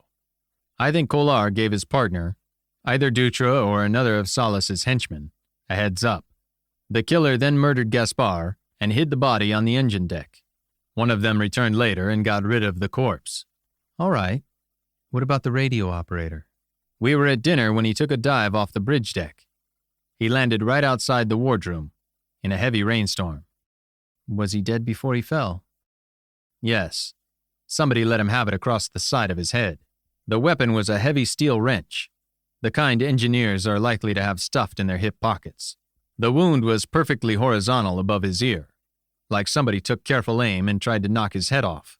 I think he was sitting at the radio and the killer was standing behind him. Whoever killed him had to be soaked. Exactly. That narrows down the list of suspects. The major players were all at dinner when his body hit the deck. I climbed up to the widow's walk right away. In seconds, I was soaked. I searched the cabins, then went into the bridge. Collard was at the helm, dry as a bone. He couldn't have done it. No, and he was alone on the bridge. Now there are only 2 ways off the bridge deck. Down the ladder I had just climbed, or down one of the companionways to the forecastle. I think Collard's partner, second engineer Dutra, killed Morais and got soaked. He then went down the companionways while I was climbing the ladder. There is a hatch on the forecastle behind the 40mm Bofors mount. It leads to the magazine on the engine deck. I think the killer ducked down the hatch, closed it behind himself, then went back to his quarters, changed into dry clothes. That's simple. That's simple. I stop, close my eyes for a moment, feel the sweat ooze out of every pore on my skin. Ahead of me, Fia is soaked. I grit my teeth and follow her, refuse to show weakness to the arqueros behind me. Everything becomes simple when you accept the existence of more than one killer, with free access to the engine deck. The engine deck runs the length of the ship, with access to the forecastle and quarterdeck. Then the third murder makes sense too. I thought you said there were 2 murders. 2 murders and 1 attempted murder. They tried to kill me. Outside the radio room. Yes. I think the captain was asleep in his cabin, but I can't be sure. I know I heard one of the conspirators in the radio room. He was communicating with Porta d'Ador. That was why he killed Morais. With Morais gone, they had free access to the radio. Somebody hit me from behind. A steel wrench, the same weapon used on Morais. I dodged at the last second, a glancing blow. Not enough to render me unconscious, but enough to incapacitate me. They didn't expect me up there. Unlike with Gaspar and Morais, they had to improvise. The man who was using the radio made tracks right away. I think he escaped through the bridge and down the companionways. From the forecastle, he could have either gone down to the magazine or back into the forward superstructure. So it could have been anyone. But Collard was at the helm. So it couldn't have been Collard. But he saw who did it, as the man made his escape. This proves Collard is involved, one way or another. That was the man using the radio, Fia says. What about the man who hit you? I saw a dark, blurry shape. He hauled me out to the widow's walk to pitch me over the side. Captain Silva interrupted him. I think he ran around the widow's walk and down the companionways. Again, Collard would have seen him. That cements Collard's guilt. Could it have been Captain Silva? By his own admission, Captain Silva is the only other member of the crew who has a working knowledge of the radio. I assumed he was asleep in his cabin, but he could have been in the radio room. After they attacked me, he could have easily slipped back into his cabin. In spite of all that, I don't think he's involved. Why not? A logical contradiction. If he were involved, the killer wouldn't have been frightened away. The two of them would have pitched me over the side. That means the gang includes Minister Salas, Vargas, the two engineers, and others. Yes, Dr. Fonseca is involved, but I don't know how or why. I can't rule out the other two petty officers, Lieutenant Quadros, and one or two Marine sergeants. Why the Marines? Salas is going to trade those weapons for whatever FARC is transporting to Portal d'Ador. There are 40 armed Marines above Nevoa. That means they have to either be killed or fooled when the time comes. The best way to fool anyone in the military is to suborn their commanding officers. That makes Lieutenant Quadros a prime target for corruption. Otherwise, cash and dead men tell no tales.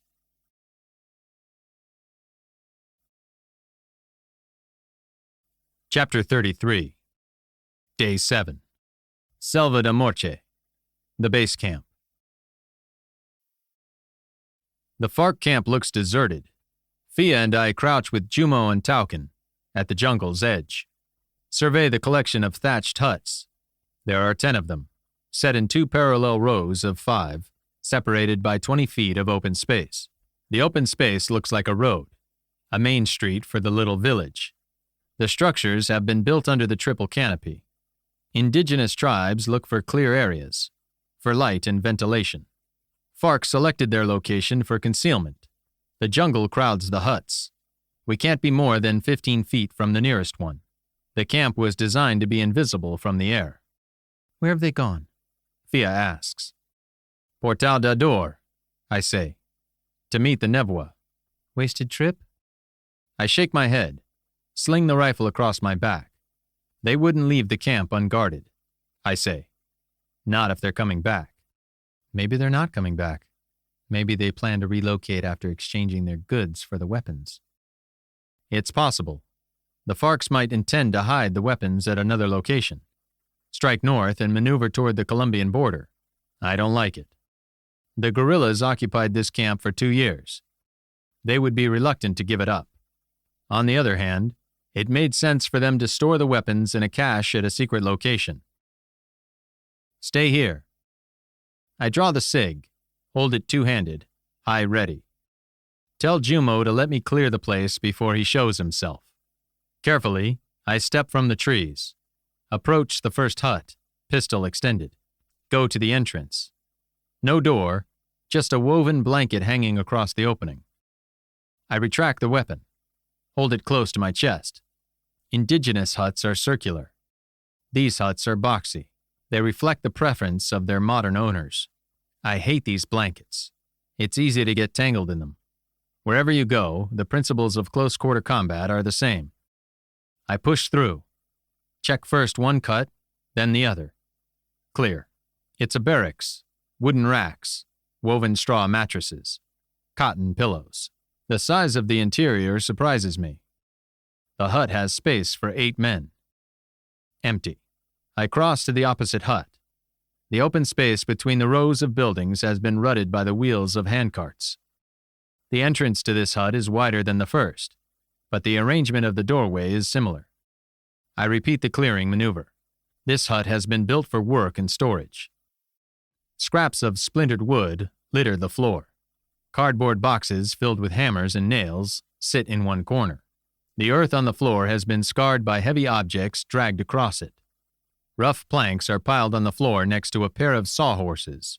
The hut was used to make crates and load them. Load them with what? Step outside. Go to the next hut. Push the curtain aside. Cover the left cut, then the right. Clear. This is another workshop. Crude wooden shelves line one wall. They are loaded with iron pots and pans. The place is like a kitchen. I cast my eyes to the ceiling, discover a 4-foot square section open to the jungle air. A wood-framed thatch cover has been built to cover the opening in foul weather. Beneath the chimney, A square fire pit has been dug. It's 4 by 4 feet, rimmed with stones to keep the fire where it belongs. The pit is full of charcoal and blackened firewood. On either side are iron supports for cross pieces, all designed to hang pots over the flames. Against one wall stands a row of stainless steel flasks. I bend to pick one up. Damn thing weighs 100 pounds, far out of proportion to its size.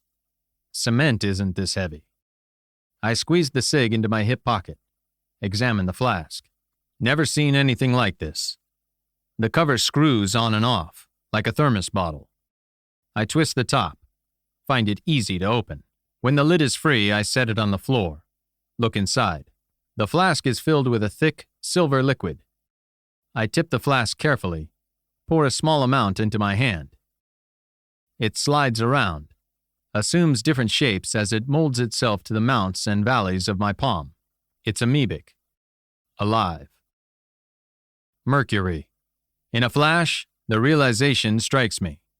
My questions have been answered. I know why Salas is shipping weapons to Portal d'Ador, why Gaspar and Moraes were murdered, why the loggers are hunted and killed, why Pedro and Anna were shot. My thoughts are interrupted by the violent blast of an automatic weapon, no comparison to the high-pitched crack of M16s. This is the murderous fury of heavy machine gun fire, a crew-served weapon, an M240 or PKM. Then, the terrible screams of mortally wounded men. I rush to the doorway, throw myself flat. Cheek to the earth, I peer around the corner. 2 rows of huts, the rutted road in between. From the jungle, at the far end of the road, the blinding muzzle flash of a tripod-mounted machine gun. It's slinging 7.62mm rounds straight down the middle. The arqueros entered the camp. Through Fia, I'd warned them to wait until I'd cleared it. Something had been lost in the translation. Men have been cut in half, lie dead or rolling around in the dirt. Where's Fia? No sign of her. The arqueros entered the camp between the 2 rows of huts. The FARCs waited until a good number of them were in the kill zone, then opened fire. They killed or maimed half a dozen with the first burst. A similar number of arqueros scattered to the huts on both sides of the road. They're hiding behind the structures, loosing arrows at the muzzle flashes. Jumo is on the ground, clutching his belly. With implacable brutality, the machine gun blasts the huts. Bullets shred the thatched structures and cut the arqueros to pieces. I switch to a weaver grip, fire the cig at the muzzle flashes. Fia, breed. Thank God, she's alive. Tell Tauken to go around. Around. Does she get it? Is Tauken alive? I empty the cig at the machine gun, crawl back inside the hut and eat dirt. The FARCs turn the weapons on me. It's an M240, Belgian design, made in the USA, supplied by the USA. Captured from government troops or sold on the black market. It is slaughtering us. Trust universal principles. I unsling the M16. If I can provide a base of fire, Tauken can attack the machine gun from the jungle, fall on the FARCs from the side or behind. What kind of a base of fire can I provide with 13 rounds? Or 5.56? Against a weapon that spits 750 rounds a minute. Machine gun bullets shred the walls of the hut around me. I crawl back to the doorway, fire once at the flashes, scramble back inside. The machine gun leaves me, sweeps the other huts. There are more cries, as bullets connect with arqueros trying to bring bows and arrows to bear. I crawl to the back of the hut, unlimber the golok, attack the thatched wall, hack at it until a patch is loose enough to knock out with the butt of the M16. Thank goodness the jungle's edge is so close. I crawl out of the hut on my belly, glance in the direction of the M240. As I suspected, my view is blocked by other huts. I have a clear run to the tree line. I get to my feet, duck into the vegetation. Game on. I scramble inside the tree line, look for a view of the machine gun nest. Ideally, a clear angle between 2 of the huts in the camp. I find one. Search the shadows behind the flickering muzzle flash. 3 men, gunner, loader, and team leader. God, they're only 25 yards away. It was an intimate ambush. They had several opportunities to kill me. They waited until the arqueros came, then executed them at point-blank range. I lay my sight picture on the gunner's face. At 25 yards, there is 0 holdover. I squeeze the trigger. The gunner's brains splatter the team leader. The dead man drops, and the team leader reels with shock. I turn the rifle on the loader. Fire a second time. The bullet hits him in the throat. His hands go up to cover the hole. He's choking. I fire again, and he disappears from view. A black and white skeleton falls upon the team leader. An arquero hatchet flashes in the gloom. Silence falls over the camp. I walk to the machine gun nest. Tauken stands, the bloody hatchet in his hand. I bend over the man he killed, lift a bandolier of M16 magazines from the corpse. I sling the ammo over one shoulder and across my chest. Tauken walks into the camp and I follow him. The remaining arqueros are arranging their dead in a row, bandaging wounded with leaves and applying poultices made from mud and crushed vegetation. Fia is on one knee, holding Jumo's hand. The war chief is dead. She murmurs a few words, closes his eyes. I'm sorry, Tauken. He doesn't understand my words, but he knows my meaning. 14 dead and wounded. That's a high price to pay for a mistake. The FARCs played this one perfectly. They left one machine gun crew in hiding, sucked us into the trap. Jumo should have waited for me. We might have minimized the casualties. But I might have been killed in the first burst. I know what it's all about, I tell Fia. Fia gets to her feet, stares at me like a lost child. All right. What? Gold. They've been collecting and refining gold here for 2 years. How do you know? There are flasks of mercury in that hut. It's used in the extraction and processing of gold. I check the remaining huts. All are empty barracks and mess shacks. They must have moved all the gold to Portal d'Ador. Fia says, yes, that was the deal.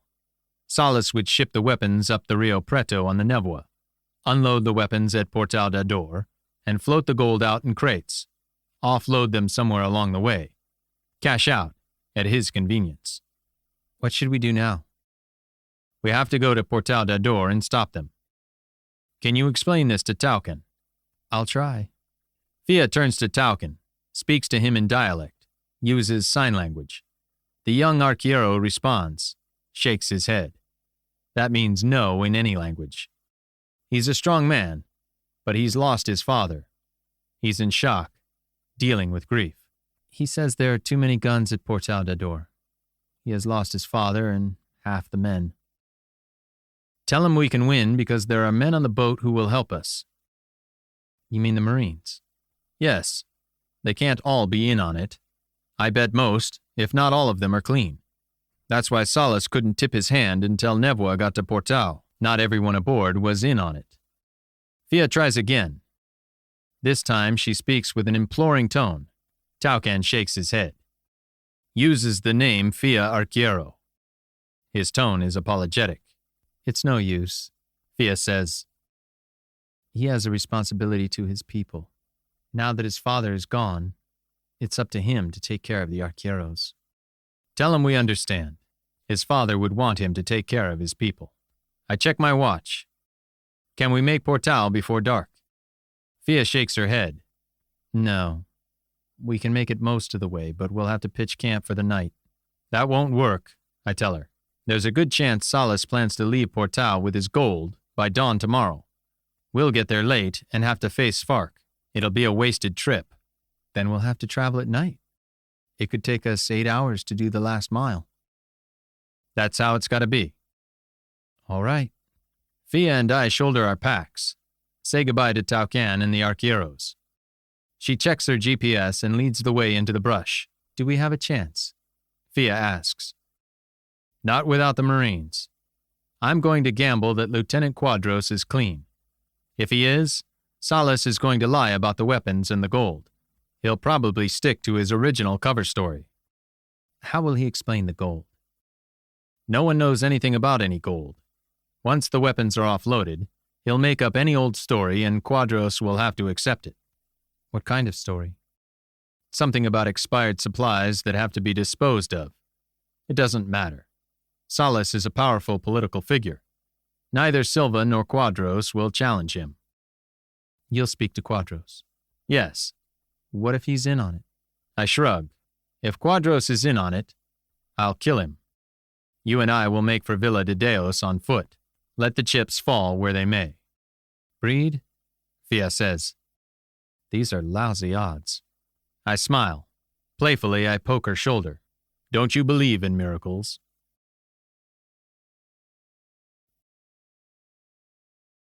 Chapter 34. Day 8. Portal da Dor.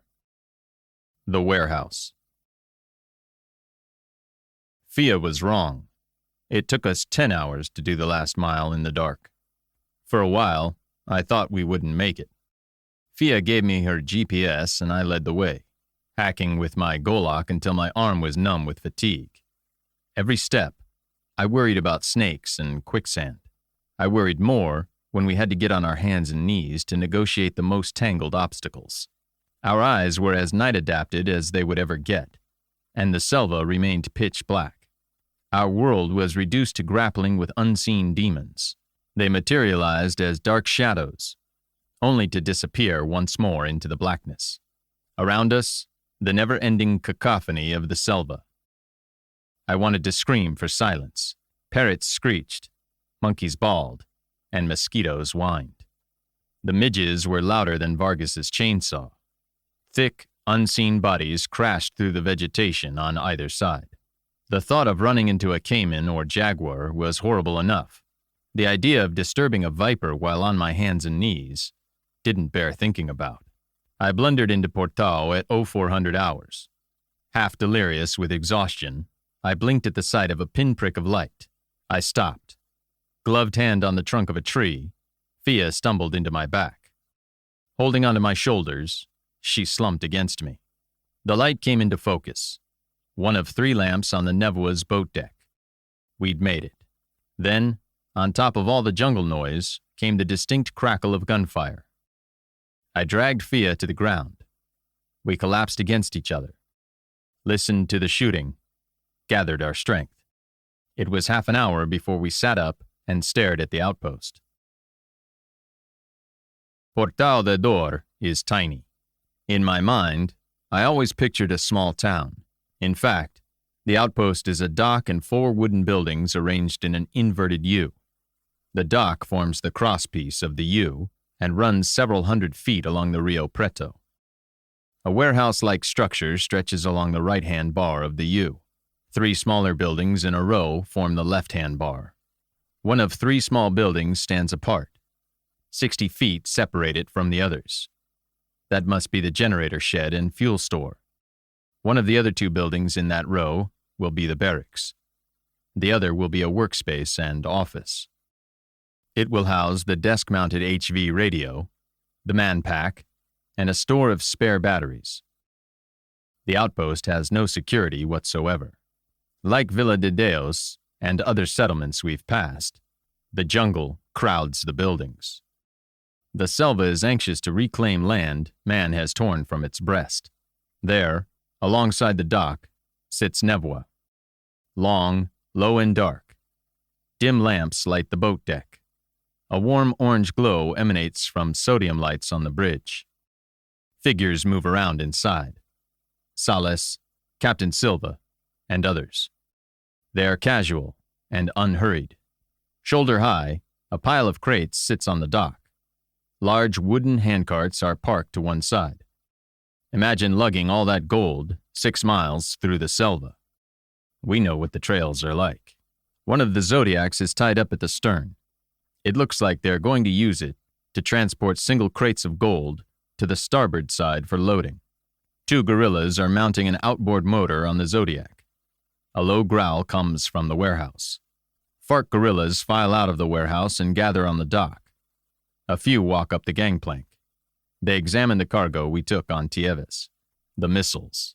To check the goods, they pry open one of the crates, lift one of the black cases and set it on the deck. It's a large plastic cylinder.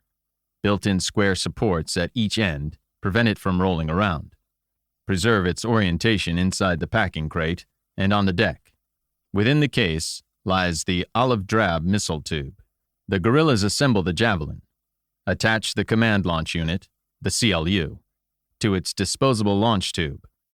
One of the men powers up the CLU. He hands the 50-pound weapon to one of the others and flashes a thumbs up. Those missiles could win the war for FARC. All they have to do is get one of those Javelins within a mile of the president. The anniversary of the peace deal. A missile lock on his vehicle as it leaves the presidential residence. An open-air speech. Any number of possibilities. A figure in white speaks with the FARC. I recognize that mustache. It's Kolar, the first engineer.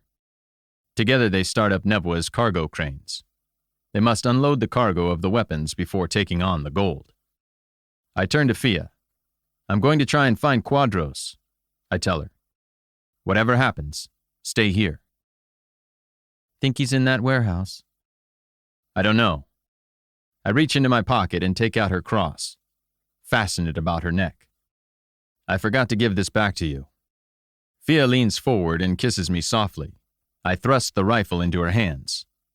If things go against us, make for Villa de Deos. Stay off the trails. You need this. There'll be a lot lying around, I say. Hand her the bandolier of 5.56 magazines. I counted 20 FARCs. I still don't know how many of the crew are part of Salas's gang. Fonseca and the 2 engineers. The 2 petty officers are unknown quantities. Where are Quadros and the Marines? I don't like the sound of the shooting we heard. I follow the edge of the jungle, walk around the back of the warehouse. There are no windows. The whole structure is dark. The muffled growl gets louder. There's a door. I turn the handle, push it open slowly. Left cut clear. The right is cluttered with stacks of crates. A large room, not vast by any means, but large. Supplies have been piled the length of the far wall. Bare tungsten bulbs hang from beams that stretch across the low ceiling. A veil of smoke hangs in the air, like exhaust fumes or cigarette smoke. It diffuses the hot tungsten light. My stomach turns. In long rows, dead Marines are piled on top of each other. 40 of them. Quadros' platoon, executed with their hands bound behind their backs. 2 of the dead men wear the white uniforms of sailors. The petty officers from Nevoa. The air in the warehouse is thick with the copper smell of blood. The floor at my feet is littered with brass, spent shell casings. The back rank of bodies lie slump against the stacked supplies. A second rank lie at their feet. A third rank has collapsed over the legs of those in the second rank. Without mercy, the FARCs mowed them down. To my right is a straight-backed chair. Quadros sits in the chair, arms bound behind his back. His head is tilted at an unnatural angle. Sightless eyes staring at the ceiling. His throat has been opened with a knife. The point of the knife was thrust into the left side of Quadros' neck, blade facing the killer. The point emerged from the opposite side, and the killer ripped everything out the front. Veins, arteries, trachea. All the tubing of life has been severed and hangs free. Great gouts of arterial spray soak the floor and the front of Quadros' uniform. The killer must have been drenched. He made the lieutenant watch the execution of his troops. Killed him last. I'm sorry to have doubted the Marine officer. Behind Quadros is the source of the growl and smoke. A rubber boat has been propped against the back wall. Next to it, a rack hung with 3 outboard engines. A 4th is running in a steel drum of water. There is a Zodiac tied up at Nevoa's stern. They must have replaced its outboard. This one is burning oil. Smoke rises from the barrel and drifts through the interior. A bolt of pain shoots through my body. There's a splintered crack, a jarring impact, and I'm thrown onto my face. I fall against corpses in the first row. I hear the rattle of wood tossed onto the cement floor. I force myself to move, roll over. Vargas stands over me. He hit me across the back with a 2x4. The plank cracked with the impact, and he discarded the pieces. He must have heard me open the door, hid behind the crates, the club in his hands. I thought you might come, Breed. Vargas draws a foot-long knife from his belt, the one he used on Quadros. I am going to gut you like a fish. Stem to stern, the sailors say. I shall enjoy it. The pain is blinding. I can move my legs so he didn't break my back. Vargas flips the knife in the air, catches it blade up. A thrill of fear shoots through me. He knows what he's doing. Vargas steps forward, bends to seize me by the front of my shirt. He holds the knife at his hip. He's looking for a thrust into my belly, then a long tearing slice to my throat.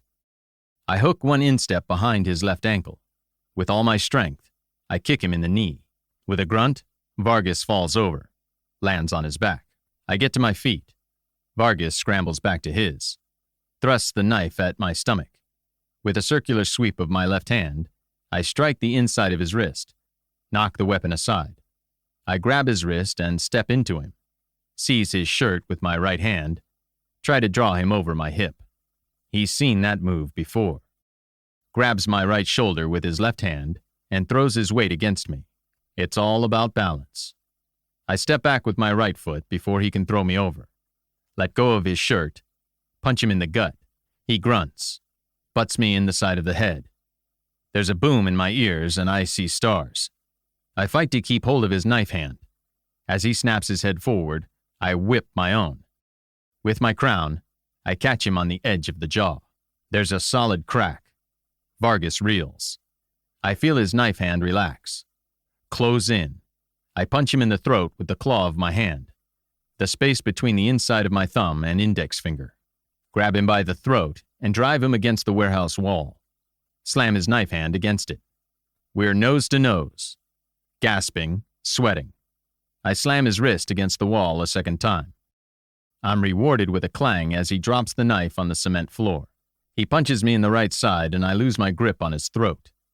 He tries to bite my face and I throw my head back, punch him in the face. He brings his knee into my groin. I twist my body. The knee goes into my thigh. Dull pain. No tearing, though. The muscle is intact. Cuño. Vargas's spittle flecks my face. Fucker. I pin him against the wall. Claw him in the throat again. With my right foot, I stamp on his right instep. Use the ankle lock as a pivot. I grip his throat with such force my thumb and fingertips meet behind the trachea. With a grunt, I wheel him over the pivot, slam him onto his back. Tough guy. The breath explodes from his body, but he manages to grab the knife with his left hand. I drop my left knee on his chest with all my weight. His ribs snap like matchsticks. I straighten his knife arm and break it over my other knee. His elbow cracks. The knife falls to the floor. I stand up, look down on Vargas. Think of Quadros and all the other men this monster has butchered. Vargas stares up at me, flails like a roach on its back. I lift the outboard motor from the barrel. Free of the water, the propeller's growl rises to a whine. I grasp the machine, one hand on the tiller, the other on its mounting bracket. No, breed! Vargas sees what I'm going to do. Scrabbles for the knife with his broken arm. His fingers scratch at the rough cement. He manages to reach the haft, but I step on his bicep. He cries out. The outboard is heavy in my hands. The heady smell of hot metal, fuel, and smoking grease fills the air. Vargas shouts over the scream of the propeller. No, breed! Please! No! The propeller bites into Vargas's chest, and I lean on the outboard. Feel his sternum give way. He shrieks like an animal. Blood, tissue, and bits of shattered bone spew from his chest. I lift the outboard an inch to check my progress. The noises coming from the hole of Vargas's mouth change in pitch. I plunge the machine into his chest cavity until the skeg bumps his spine. Lean to my left, then my right.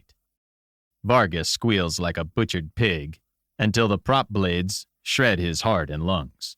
Outside the warehouse, the sound of shouts and rifle fire. The cries of arqueros. Taukens come through for us.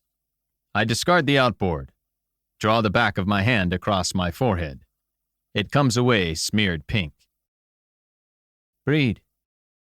Fia stands at the door, holding the rifle, gold cross at her throat. She looks at the gutted cockroach that used to be Vargas.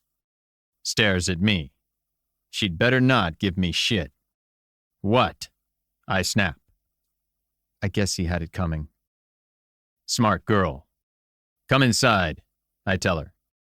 My eyes sweep the back of the warehouse, the end that faces the river. The loading bay doors are shut, but there's a side door. I step past Quadros' butchered body. I hope wherever the lieutenant's soul has gone, it feels better. I open the door a crack, peer out. Farks have retreated behind the crates of gold. Several of them have been hit by arrows. 2 lie dead or dying. Another is crawling for cover, an arrow embedded in his back. Taucan's arqueros have fanned out. They are shooting from the tree line, from behind the generator shack and garrison's quarters. The stars to the east are fading. If the Farks heard Vargas's slaughterhouse screams, they're pinned down and unable to come after me.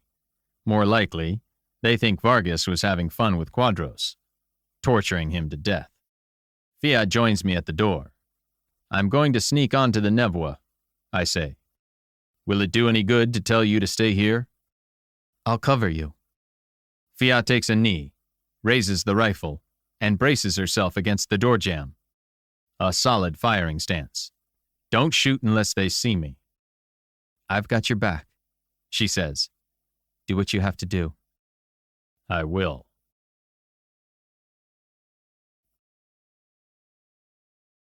Chapter 35. Day 8. Portal da Dor. Close quarters battle. The sky is lightening over the rim of the high trees. Good thing it's only 35 feet from the warehouse to the river. From behind the crates, the Farks fire at Taucan's men. Arqueros shoot arrows the other way. It looks like a stalemate. But at least the guerrillas' attention is drawn away from me. I run to the water's edge. A thick line of manila hemp fastens the Nevoa's stern to the dock. A short distance below, a thinner line ties the Zodiac to the gunboat. Without hesitation, I grasp the rope with both hands and roll off the deck. I cross my ankles and hold the rope with my feet. Hanging upside down, I pull myself hand over hand. Bend my knees, hook the rope under my boots, and push. In no time, I reach the Nevoa. Haul myself over the fantail. I crouch low, check for lookouts. There are none. Forward on the boat deck, the first engineer and Farks are firing on the arqueros.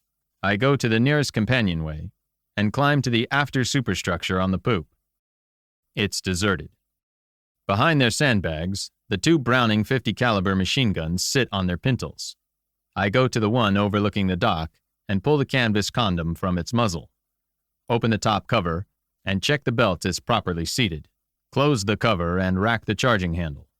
Twice. The sandbags stink of mold, soaked by the rain and still damp.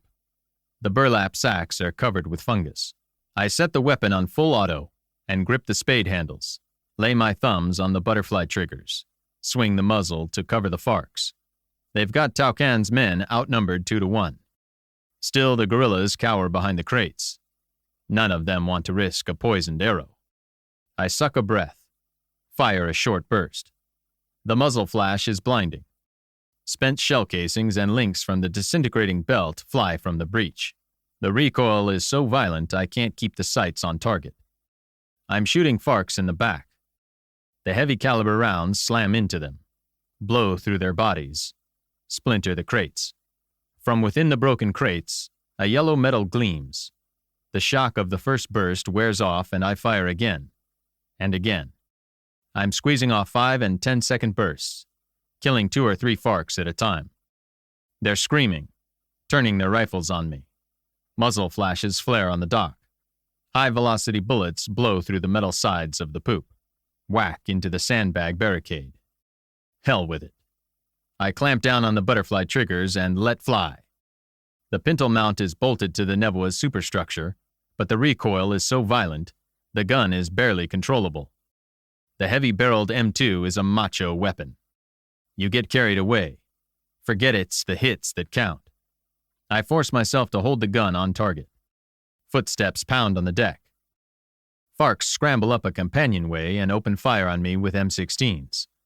I throw myself left, shoulder against the sandbags, and turn the Browning's muzzle onto them. The big 50's muzzle flash half obscures the charging figures. They are so close I can't miss. Spent brass showers the deck. I hold the butterflies down, watched thumb-sized bullets cut the Farcs in half. With a cry, arqueros surge forward. At range, they fight with bows and arrows. Close in, they attack with spears, hatchets, and machetes. One of the arqueros leads the charge. He's wearing the top half of a jaguar's skull over his face. The upper canines are curved like scimitars and the size of my thumbs. The white bone has been painted with black and red circles about the eyes. It must be Taucan. The Farcs are caught between his warriors and my 50 caliber. The arqueros swarm over the dock. They mingle with the Farcs so as to make the guerrillas' rifles ineffective. The damage hatchets and machetes do to human flesh is shocking. I can't use the 50 caliber anymore without hitting arqueros. I leave the machine gun and go to one of the Farcs lying dead on the poop, pick up his M16, and discard its magazine. I pull a fresh magazine from his webbing, lock and load. Take 2 more magazines, squeeze them into my hip pockets. Time to clean them up. Down the companionway, I lead with the M16. 3 dead Farcs. No sign of Collard. Where is he? Where's his partner, Dutra? Of course, both ships' engineers are in on it. They bunk together below decks. They were double teaming, covering for each other the whole time. Both are qualified to run the engines and man the helm. With those 2 on his payroll, Salas was confident of bringing the Nevoa home, with or without Captain Silva. I step forward onto the boat deck. The Zodiac Bay is empty.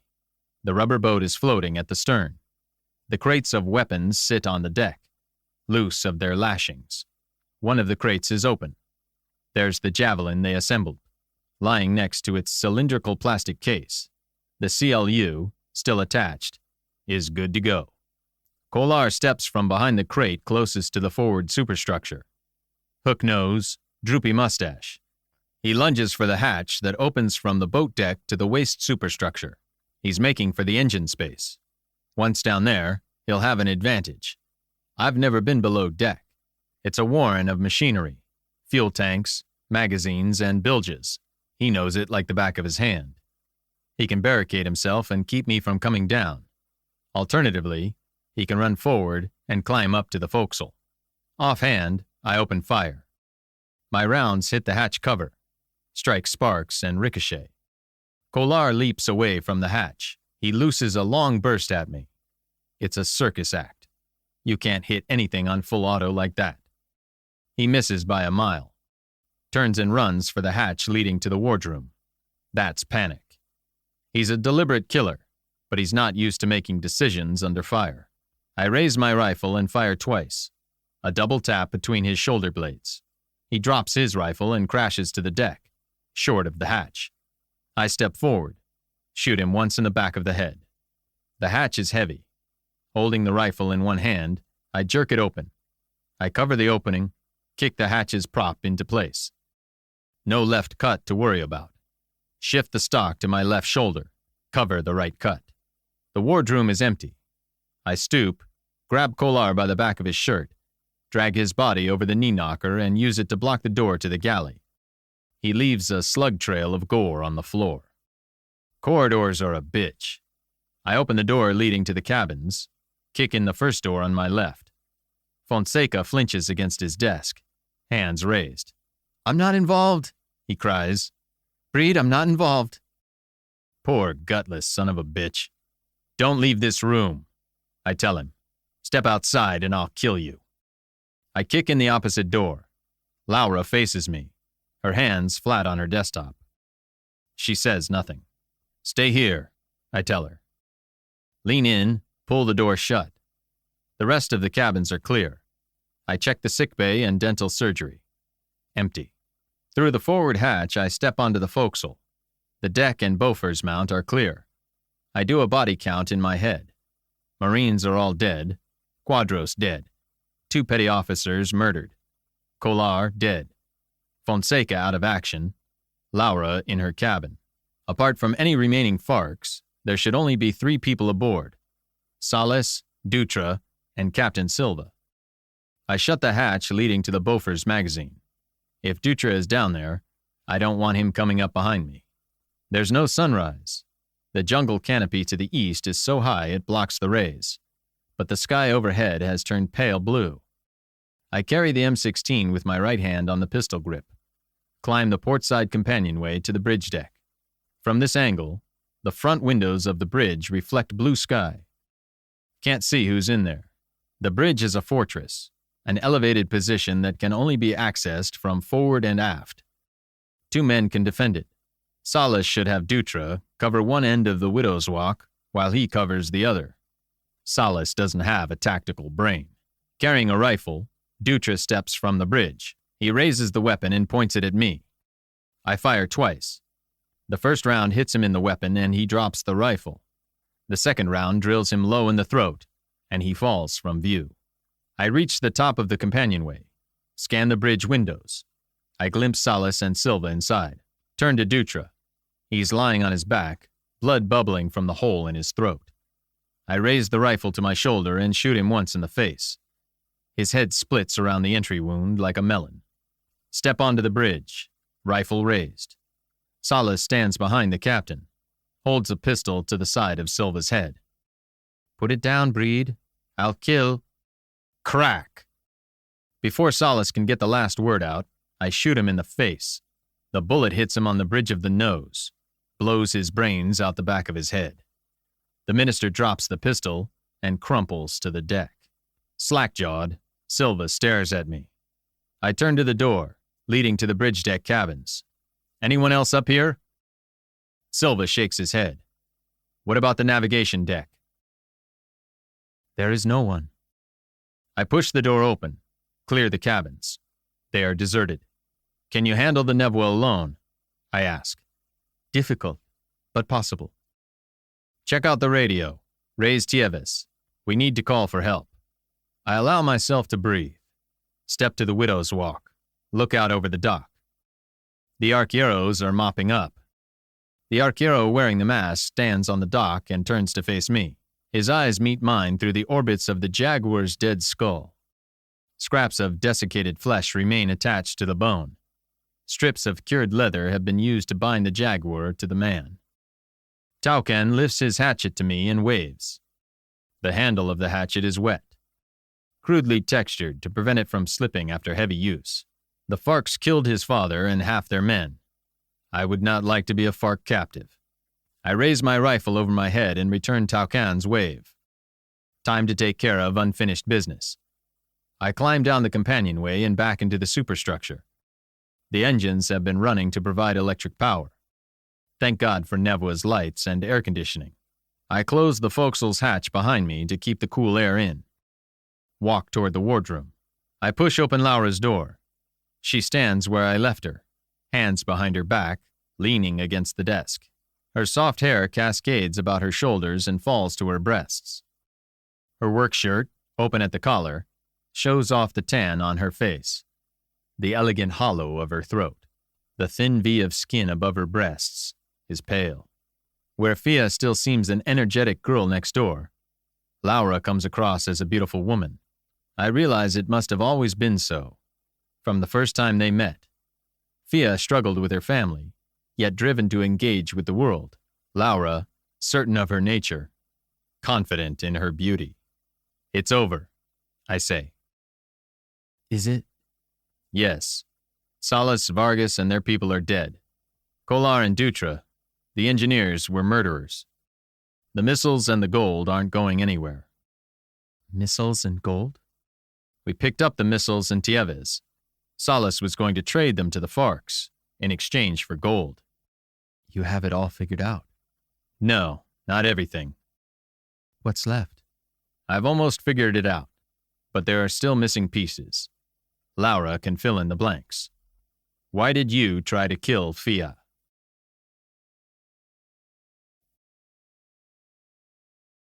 Chapter 36, Day 8. Portal da Dor. Laura's story. "Why did you try to kill Fia?" Laura looks away. She's trying to decide whether to deny the charge. She meets my stare with defiance. I did everything I could to persuade her not to go. Everything. It's a gambit to find out how much I know. Of course, I don't have to prove anything. Not out here in the Selva de Morche. When she decided to go anyway, you told Salas her intended route. He passed it on to Fark. It was no accident Fark was on that trail. A switch flips in Laura's head. She too knows I don't need to prove anything. Besides, there's an arrogance in those beautiful, intelligent features. No, it wasn't, She says. It's not my fault they are incompetent. I told them to wait for her at Arvory de Oro. Instead, they went to meet her on the trail. They thought they would have no difficulty disposing of 3 unarmed young people. They did not expect the arqueros to become involved. Why are Fark killing everyone in the Selva? Not everyone, Laura says, offended. You know the reason. Laura is on a roll. Let's keep her rolling. I want to hear it from you. All right. Loggers and miners have always engaged in skirmishes with arqueros. There is nothing unusual about white men killing Indians in the Selva. But Fark was never active in the Selva before. They killed anyone who could convince authorities that Colombian guerrillas were in the Selva. You wanted the attacks blamed on arqueros, so Salas would have a reason to take the Nevua to Portal da Dor. Of course.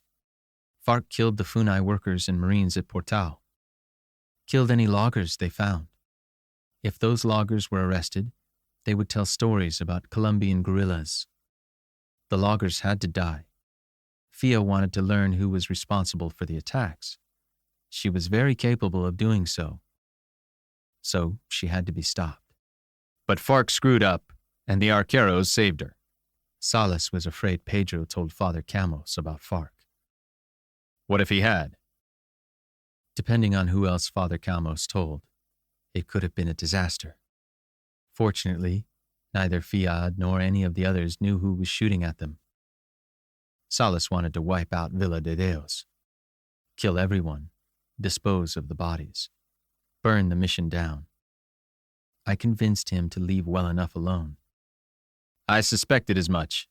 What I want to know is why you threw in with Salas. Laura smiles, and I shiver. Oh, Breed, you are so naive and romantic. Can't you see the whole business was my idea? Salas was a corrupt politician, and Vargas was a thug. Salas couldn't think past his penis. He thought he seduced me, but I allowed him to do so. I won favors from my father and enjoyed the company of a powerful man. I teased Vargas all the time. Gave him nothing. I allowed Salas to get me pregnant. Then I made him take care of it. He paid Fonseca, his private doctor, to perform the procedure. In Brazil, the punishment is 4 years in prison. Our laws are terribly outdated. I made Salas hold the crime over Fonseca's head, turned him into our slave. We tortured him with threats, turned the weakling into an alcoholic, while you held the same crime over Salas. Laura laughs. I didn't need to. Salas could be controlled with sex. He was so unimaginative. I did not have to work hard to impress him. You told Fia he forced you to get rid of the baby. Of course. Fia's heart went out to me. People are brought closer by the secrets they share. Fia tortures herself over questions to which the answers are obvious. I suck a breath, recoil from Laura's contempt for her friend. But Vargas couldn't stop hitting on you. He made advances in your cabin as soon as we boarded. The fool never got it through his head that I would never let him fuck me. That made the game so much more enjoyable. Fonseca was next door, cowering with his whiskey. Don't you see the beauty in the situation? Laura is a reptile. To think I slept with her. Where did Fark get the gold? Fark consolidated control over illegal mining. In Peru and the White Triangle. There was only one problem. 2 years ago, Peru discovered a discrepancy between the amount of gold mined and the amount of gold exported. They cracked down on the export of illegal gold. This prevented Fark from monetizing its gold stores. It also prevented them from buying the weapons they needed. FARC approached Salas with a proposal. FARC gold for weapons procured on the black market. Missiles that could be used to assassinate the president of Colombia from 2 miles away. Salas didn't want to do it. Vargas had the connections to obtain the weapons. Salas could think of no way to transport them to the Selva and bring back the gold. Laura's eyes gleam like those of a conspirator about to share a secret. It was my plan, she says. All of it. Salas is a coward, happy to trade favors for scraps from the table of rich men. He was given an opportunity for his own wealth. Can you imagine him refusing the offer? A profit of $50 million. I showed him how to do it. All we had to do was create conditions under which he could kill everyone on Nevoa, come home and leave the gold at a spot near a railroad, blame the arqueros for the deaths. Nobody would ever know. The Navy would send another expedition to learn the truth. What truth? The river and the jungle swallow bodies whole.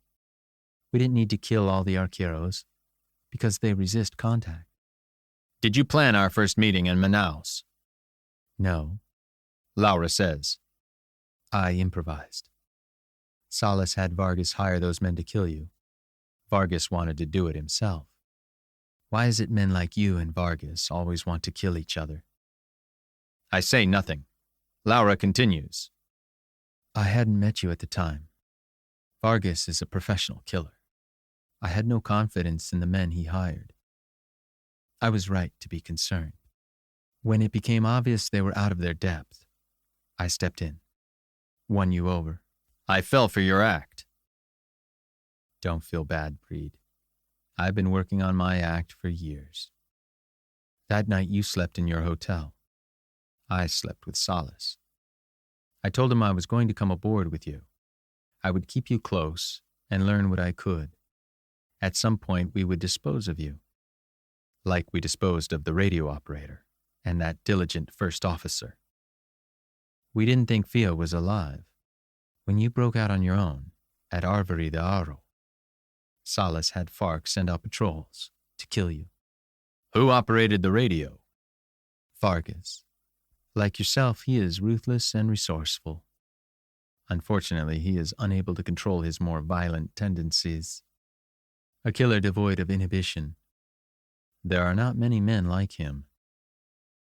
More than you think. Now there is one less. Laura lifts an eyebrow. I would have put money on you.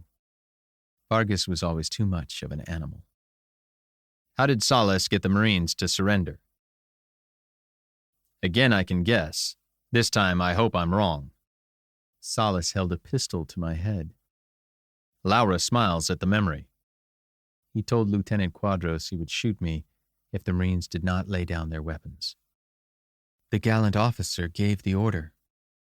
Men are so predictable. I take her by the arm. Come on. There is a movement, a glint of steel in the corner of my eye. Laura's hands come from behind her back. One hand goes to my shoulder, the other lunges with a 6-inch stiletto. I twist sharply, feel the point enter my side. The blade slides into me like a heated lance. I cry out, drop the rifle. She holds the knife steady, and I feel it slide out as I fall onto her bunk. I'm sorry, Breed. Laura looks at me with pity. This hasn't worked out for any of us. She bolts through the doorway and runs to the wardroom. The blade missed my vital organs, but blood is coursing from the hole. I've seen similar wounds caused by spike bayonets. Thank God, this isn't one of the triangular bastards. They make it impossible to stitch up the wound. I stuff my shirt tail into the hole, get to my feet, pick up the rifle. Dr. Fonseca steps into the corridor. Aghast, he stares at the wound in my side. The healer in him struggles to surface from a lake of booze. He lurches forward, throws his arm around my shoulders. Breed, he says, let me help you. I don't think I'll kill him for disobeying my instructions. A doctor's house call would be nice. But I have things to do. Not now, doctor. I have to see about something. Dazed from exhaustion and blood loss, I push his arm off, turn him around, and guide him back into his cabin. Slam the door. No idea why I'm taking the time to be so helpful. I stagger through the wardroom and onto the boat deck. There's no sign of Laura. Fia runs up the gangplank. She looks toward the stern, then at me. What's going on? She must have seen Laura running aft along the quarterdeck. There's a roar as an outboard explodes into life. You're hurt. Fia throws an arm around my shoulder, sucks a breath at the blood stain spreading over the front of my shirt. I look aft along the side of the ship. Laura has climbed into the Zodiac and started the outboard. She cuts the mooring line, leans on the tiller, and roars north along the Rio Preto. Where's she going? Fia asks. She's in on it, I tell her. I'll explain later. Laura wasn't just in on it. By her own admission, she planned Solace's operation and all those deaths. She planned to kill Fia. The outboard thrashes the turbid green water. Already, the Zodiac is 200 yards downstream. 1,000 yards away, the Rio Preto curves sharply. Laura will soon be gone from view. 400 yards is a tough shot with iron sights, especially at a target sitting on a bouncing Zodiac. Laura is gaining ground with every second.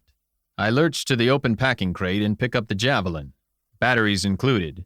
The weapon is live. The guerrillas left the CLU on. The display is bright. The built-in cooling unit operational. I take the caps off the round, expose the infrared seeker.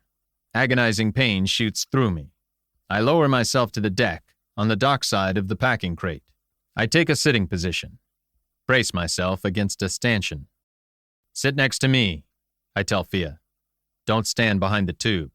The Javelin's two-stage launch system reduces the weapon's backblast, but it's still a good idea to stand clear. Fia remains silent. She crouches on the deck, watches Laura draw further and further downriver. I have to achieve missile lock before she rounds the bend. The top attack mode indicator is lit. The Javelin is designed to lock onto an enemy tank with an infrared seeker. The missile flies 100 or 200 yards into the air, then plunges onto the target. It has an effective range of 1.25 miles. The specifications are conservative.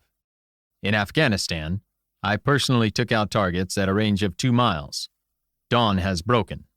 Although the jungle is hot, the flowing waters of the Rio Preto are cooler than the Zodiac's outboard motor. The CLU display provides good differentiation. I lay the crosshairs on the outboard motor and press the lock-on trigger. Laura's locked. The Zodiac is almost to the bend, but it doesn't matter anymore. From an altitude of 100 yards, the missile seeker will find her.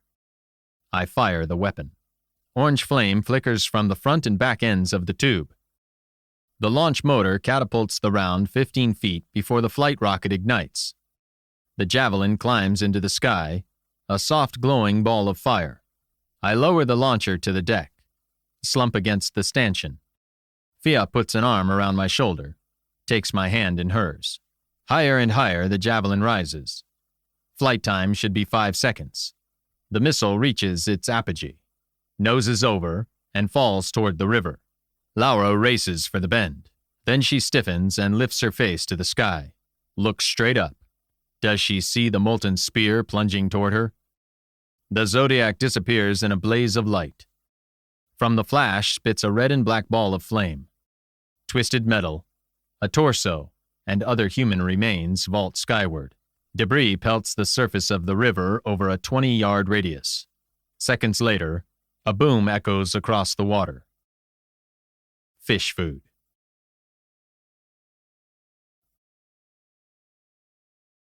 Chapter 37. Day 8. Rio Preto. Daylight. I cannot raise Tieves, Captain Silva says. What's wrong? I told you HF communications this deep in the Selva are more than science. Petty Officer Moraes had the touch. I am competent, but I am not an artist. I'm staring up at him from the sickbay's surgery table. Dr. Fonseca is probing my stab wound with steel instruments of torture. Forehead knit with anxiety, Fia sits on the opposite side of the table. You're a lucky man, Breed. Fonseca takes a swig of scotch. She didn't puncture your peritoneum. Missed important organs. Aren't they all important? Give me some of that. The doctor hands me the bottle. I take a swig. Of course. The point is, I can stitch you up until we get to Tieves. They should be able to fly you to Manaus from there. We have to get to Tieves first, I say. Captain, let me try to raise them. You're not going anywhere, Fonseca says. Get started, doctor. How long will it take to stitch up that little hole? It's not that simple. I have to debride some tissue, clean the wound, then I can suture it. I doubt you can climb to the bridge deck, Silva says. Then bring me the man pack, I tell him. It's got a range of 300 miles, enough to reach Tieves. Fonseca prepares an injection. Anesthetic, he says. This is going to hurt. No anesthetic. I need to be awake to help with the radio. Captain, please get going. Bring the man pack. Silva leaves the sick bay. Fonseca bends to his work. The pain is excruciating. It goes on and on. I do not know which of us is sweating more. The captain returns with the olive drab man pack. Open it on the floor, I tell him. Take out the antennae. The 40-watt man pack is an HF communications system. That means the pack includes the radio set, power supply, and HF antennae. There are different antennae, suitable for different combat, geographical, and meteorological conditions. There's a 5-foot folding whip, a portable dipole, and a long coil that we use to wire up trees. In our current situation, there is only one choice: the long coil. Hook one end up to the set. I groan in pain as Fonseca cuts and removes a bloody piece of tissue from the wound. God, I hope I don't need that. You're a hard man, Breed. Fonseca hands me the bottle. Have some more. I turn to Fia. Take the long coil, run it out the door, through the hatch and up the companionway to the bridge. Go aft, the back of the bridge. Climb the navigation deck. String the free end of the coil as far up Nevoa's mast as you can manage. Fia takes the coil and I squeeze my eyes shut. What now? Silva asks. Do you know the Tieves frequencies by heart? If you don't, go to the radio room and find Moraes' notes. We'll try as soon as Fia strings up the antenna. When Fia and the captain return, we fire up the man pack. Silva tries the Tieves frequencies. First the commercial, then the Navy. In both cases, there is nothing but a hiss of static. Okay, I say. Try this for the Navy frequency. I give Silva a frequency with an offset to the one he tried. He looks at me skeptically. This is different, Breed. Yes. HF is often dependent on the ionosphere. An offset can get you better reception. Look around you at how close the canopy is on the Rio Preto. The Amazon is much wider. On the Rio Preto, you only have so much sky above you. On the Amazon, you have much more. More hissing. Silva looks worried. Fonseca does something that makes me cry out sharply. Butcher! Stop whining, Breed. Jiggle it a bit, I tell Silva. Try a bit above and a bit below. Silva twists the dial. The hiss turns to a crackle. The sound of a broken voice comes through. There, I say. You've got something. Bracket until it's clear. Tieves, this is Nevoa. Come in, please. Garbled chatter. Silva turns the dial. Tieves, this is Nevoa. Come in. A strong voice issues from the speaker. Nevoa, this is Tieves. Go ahead. Silva opens communications with Tieves. I motion Fia over. What is it, Breed? We have to get Nevoa going. Even if the captain summons help, we are better to meet them on the river than wait here. Why? We don't know what else is out there in the selva. The sooner we leave, the better. That's only half the reason. Father Camos warned us wounds sustained in the Selva de Morte go green overnight.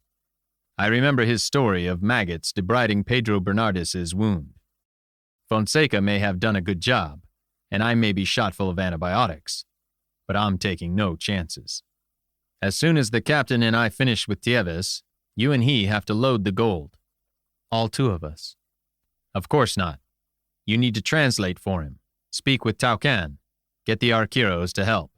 Not the least, You have to warn Taucan to get his men out of Portal before the Navy and Marines arrive. Carry away their wounded and dead. Leave the rest.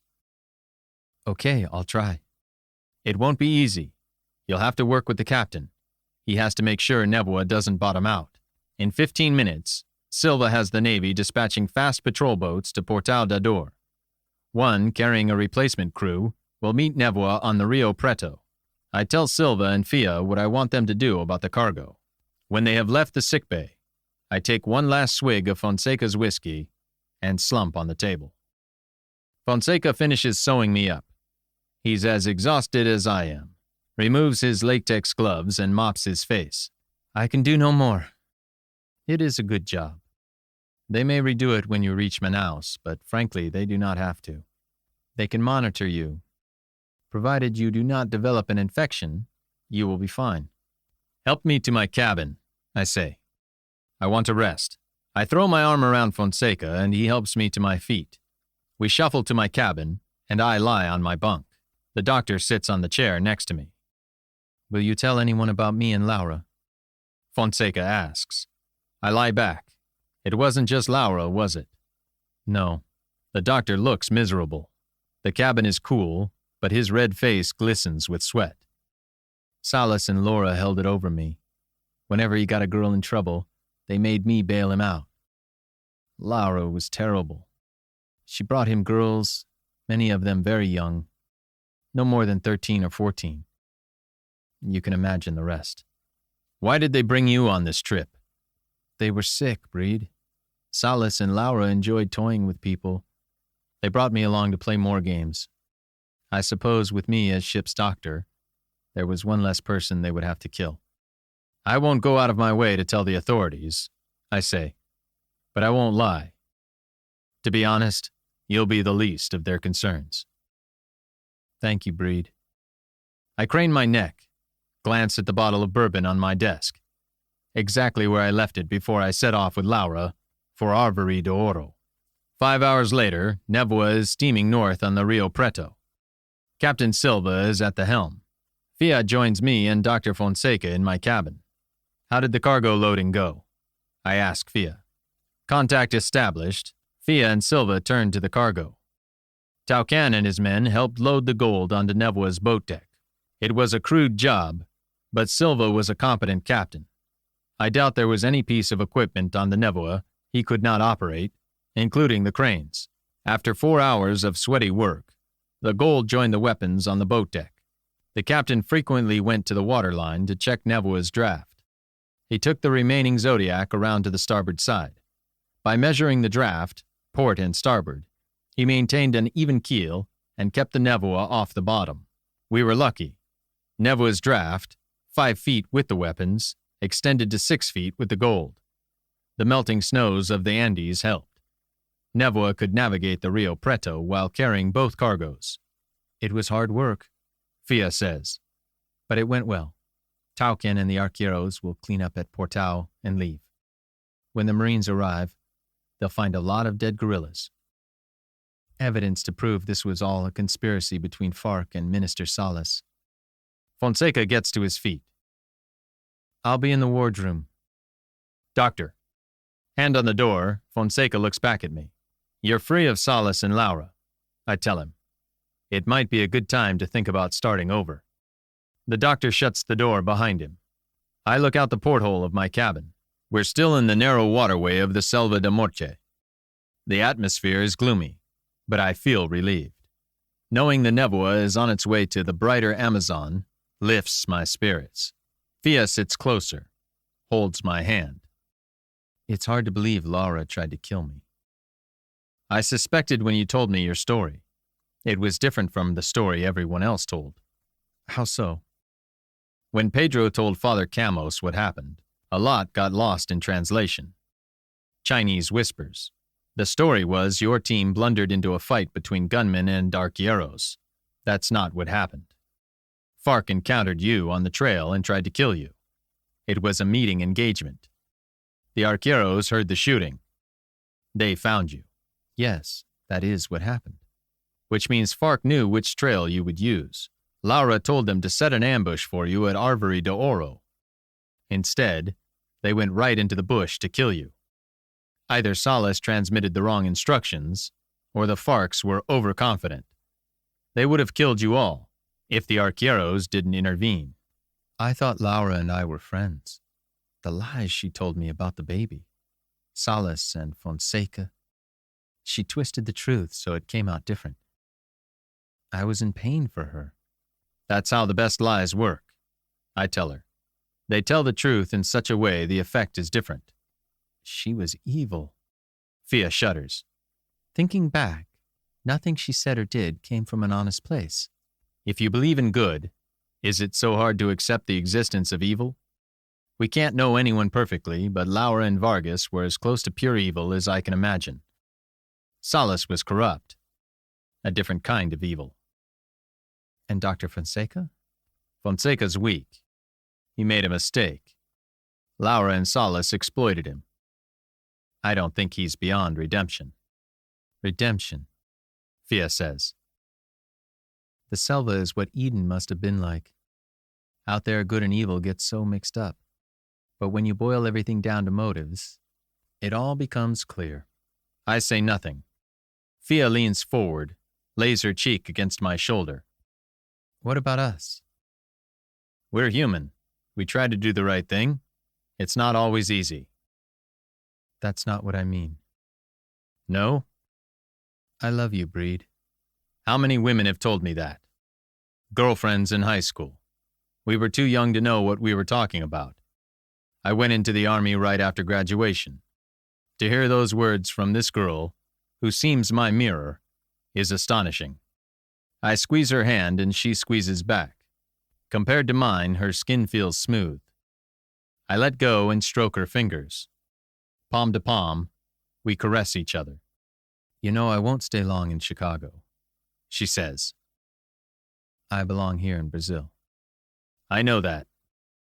Can two people love each other and want different things? I don't think I can stay in Brazil because I love Fia. She understands. Will you stay with me while I'm in Chicago? Fia asks. We can be together a while. As long as you want. Fia Arquero.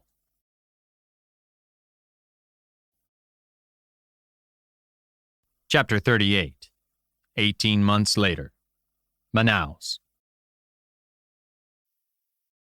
Father Andrew, I hope you enjoyed the photos and videos of little Peter.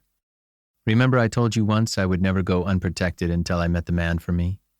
When Breed and I visited you and Dad in Chicago, you probably saw right away we were in love. You've always been able to look into the hearts of men, so this should not be a surprise for you. I love Breed and our little boy. I want to tell Breed and Dad, but don't know how. Maybe you can help. I need your advice. The Selva still draws me, though I haven't been to visit since Peter's birth.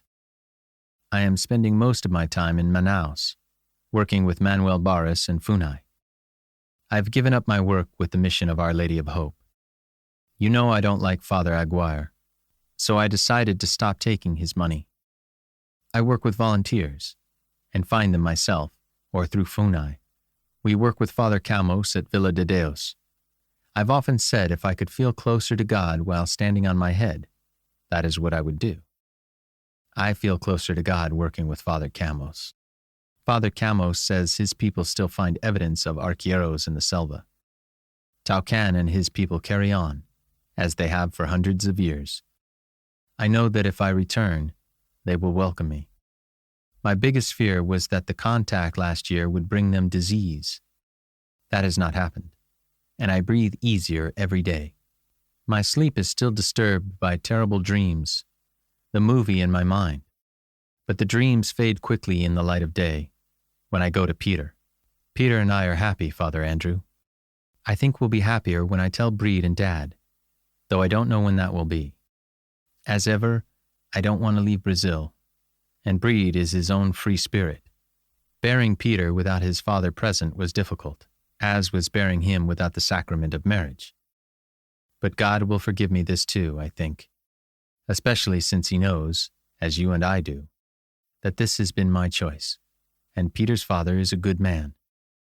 Please, Father Andrew, would you baptize Peter? You know I'm going to raise him with God's teachings. I have to go for now. Never fear, you are all in my thoughts. Love always. Fia. Father, please help me to rest in your happiness, to allow a smile to linger on my lips, to dwell within a wonderful memory, to walk back through the sunshine. Amen. The End.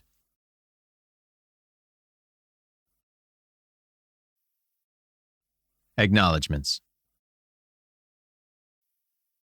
This novel would not have been possible without the support, encouragement, and guidance of my agent, Ivan Mulcahy, of MMB Creative.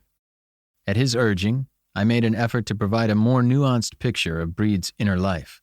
I would also like to thank my publishers, Brian Lynch and Garrett Ryan of Incubator Books, for supporting the series. Thanks also go to Jody Compton for her editorial efforts, Claire Milto for her artistic efforts, and Stephen Ryan for his support in the novel's launch. Not the least, I wish to thank members of my writing group and beta readers. In particular, Sarah Morhan, who helped me make Fia's life in Dublin real. If you could spend a moment to write an honest review on Amazon, no matter how short, I would be extremely grateful. They really do help readers discover my books. Feel free to contact me at cameron.curtis545@gmail.com. I'd love to hear from you.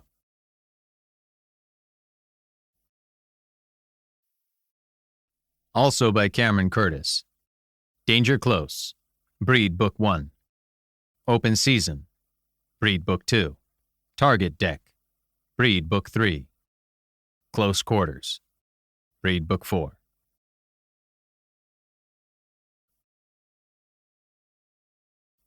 You've been listening to Close Quarters by Cameron Curtis, narrated by Todd Kramer.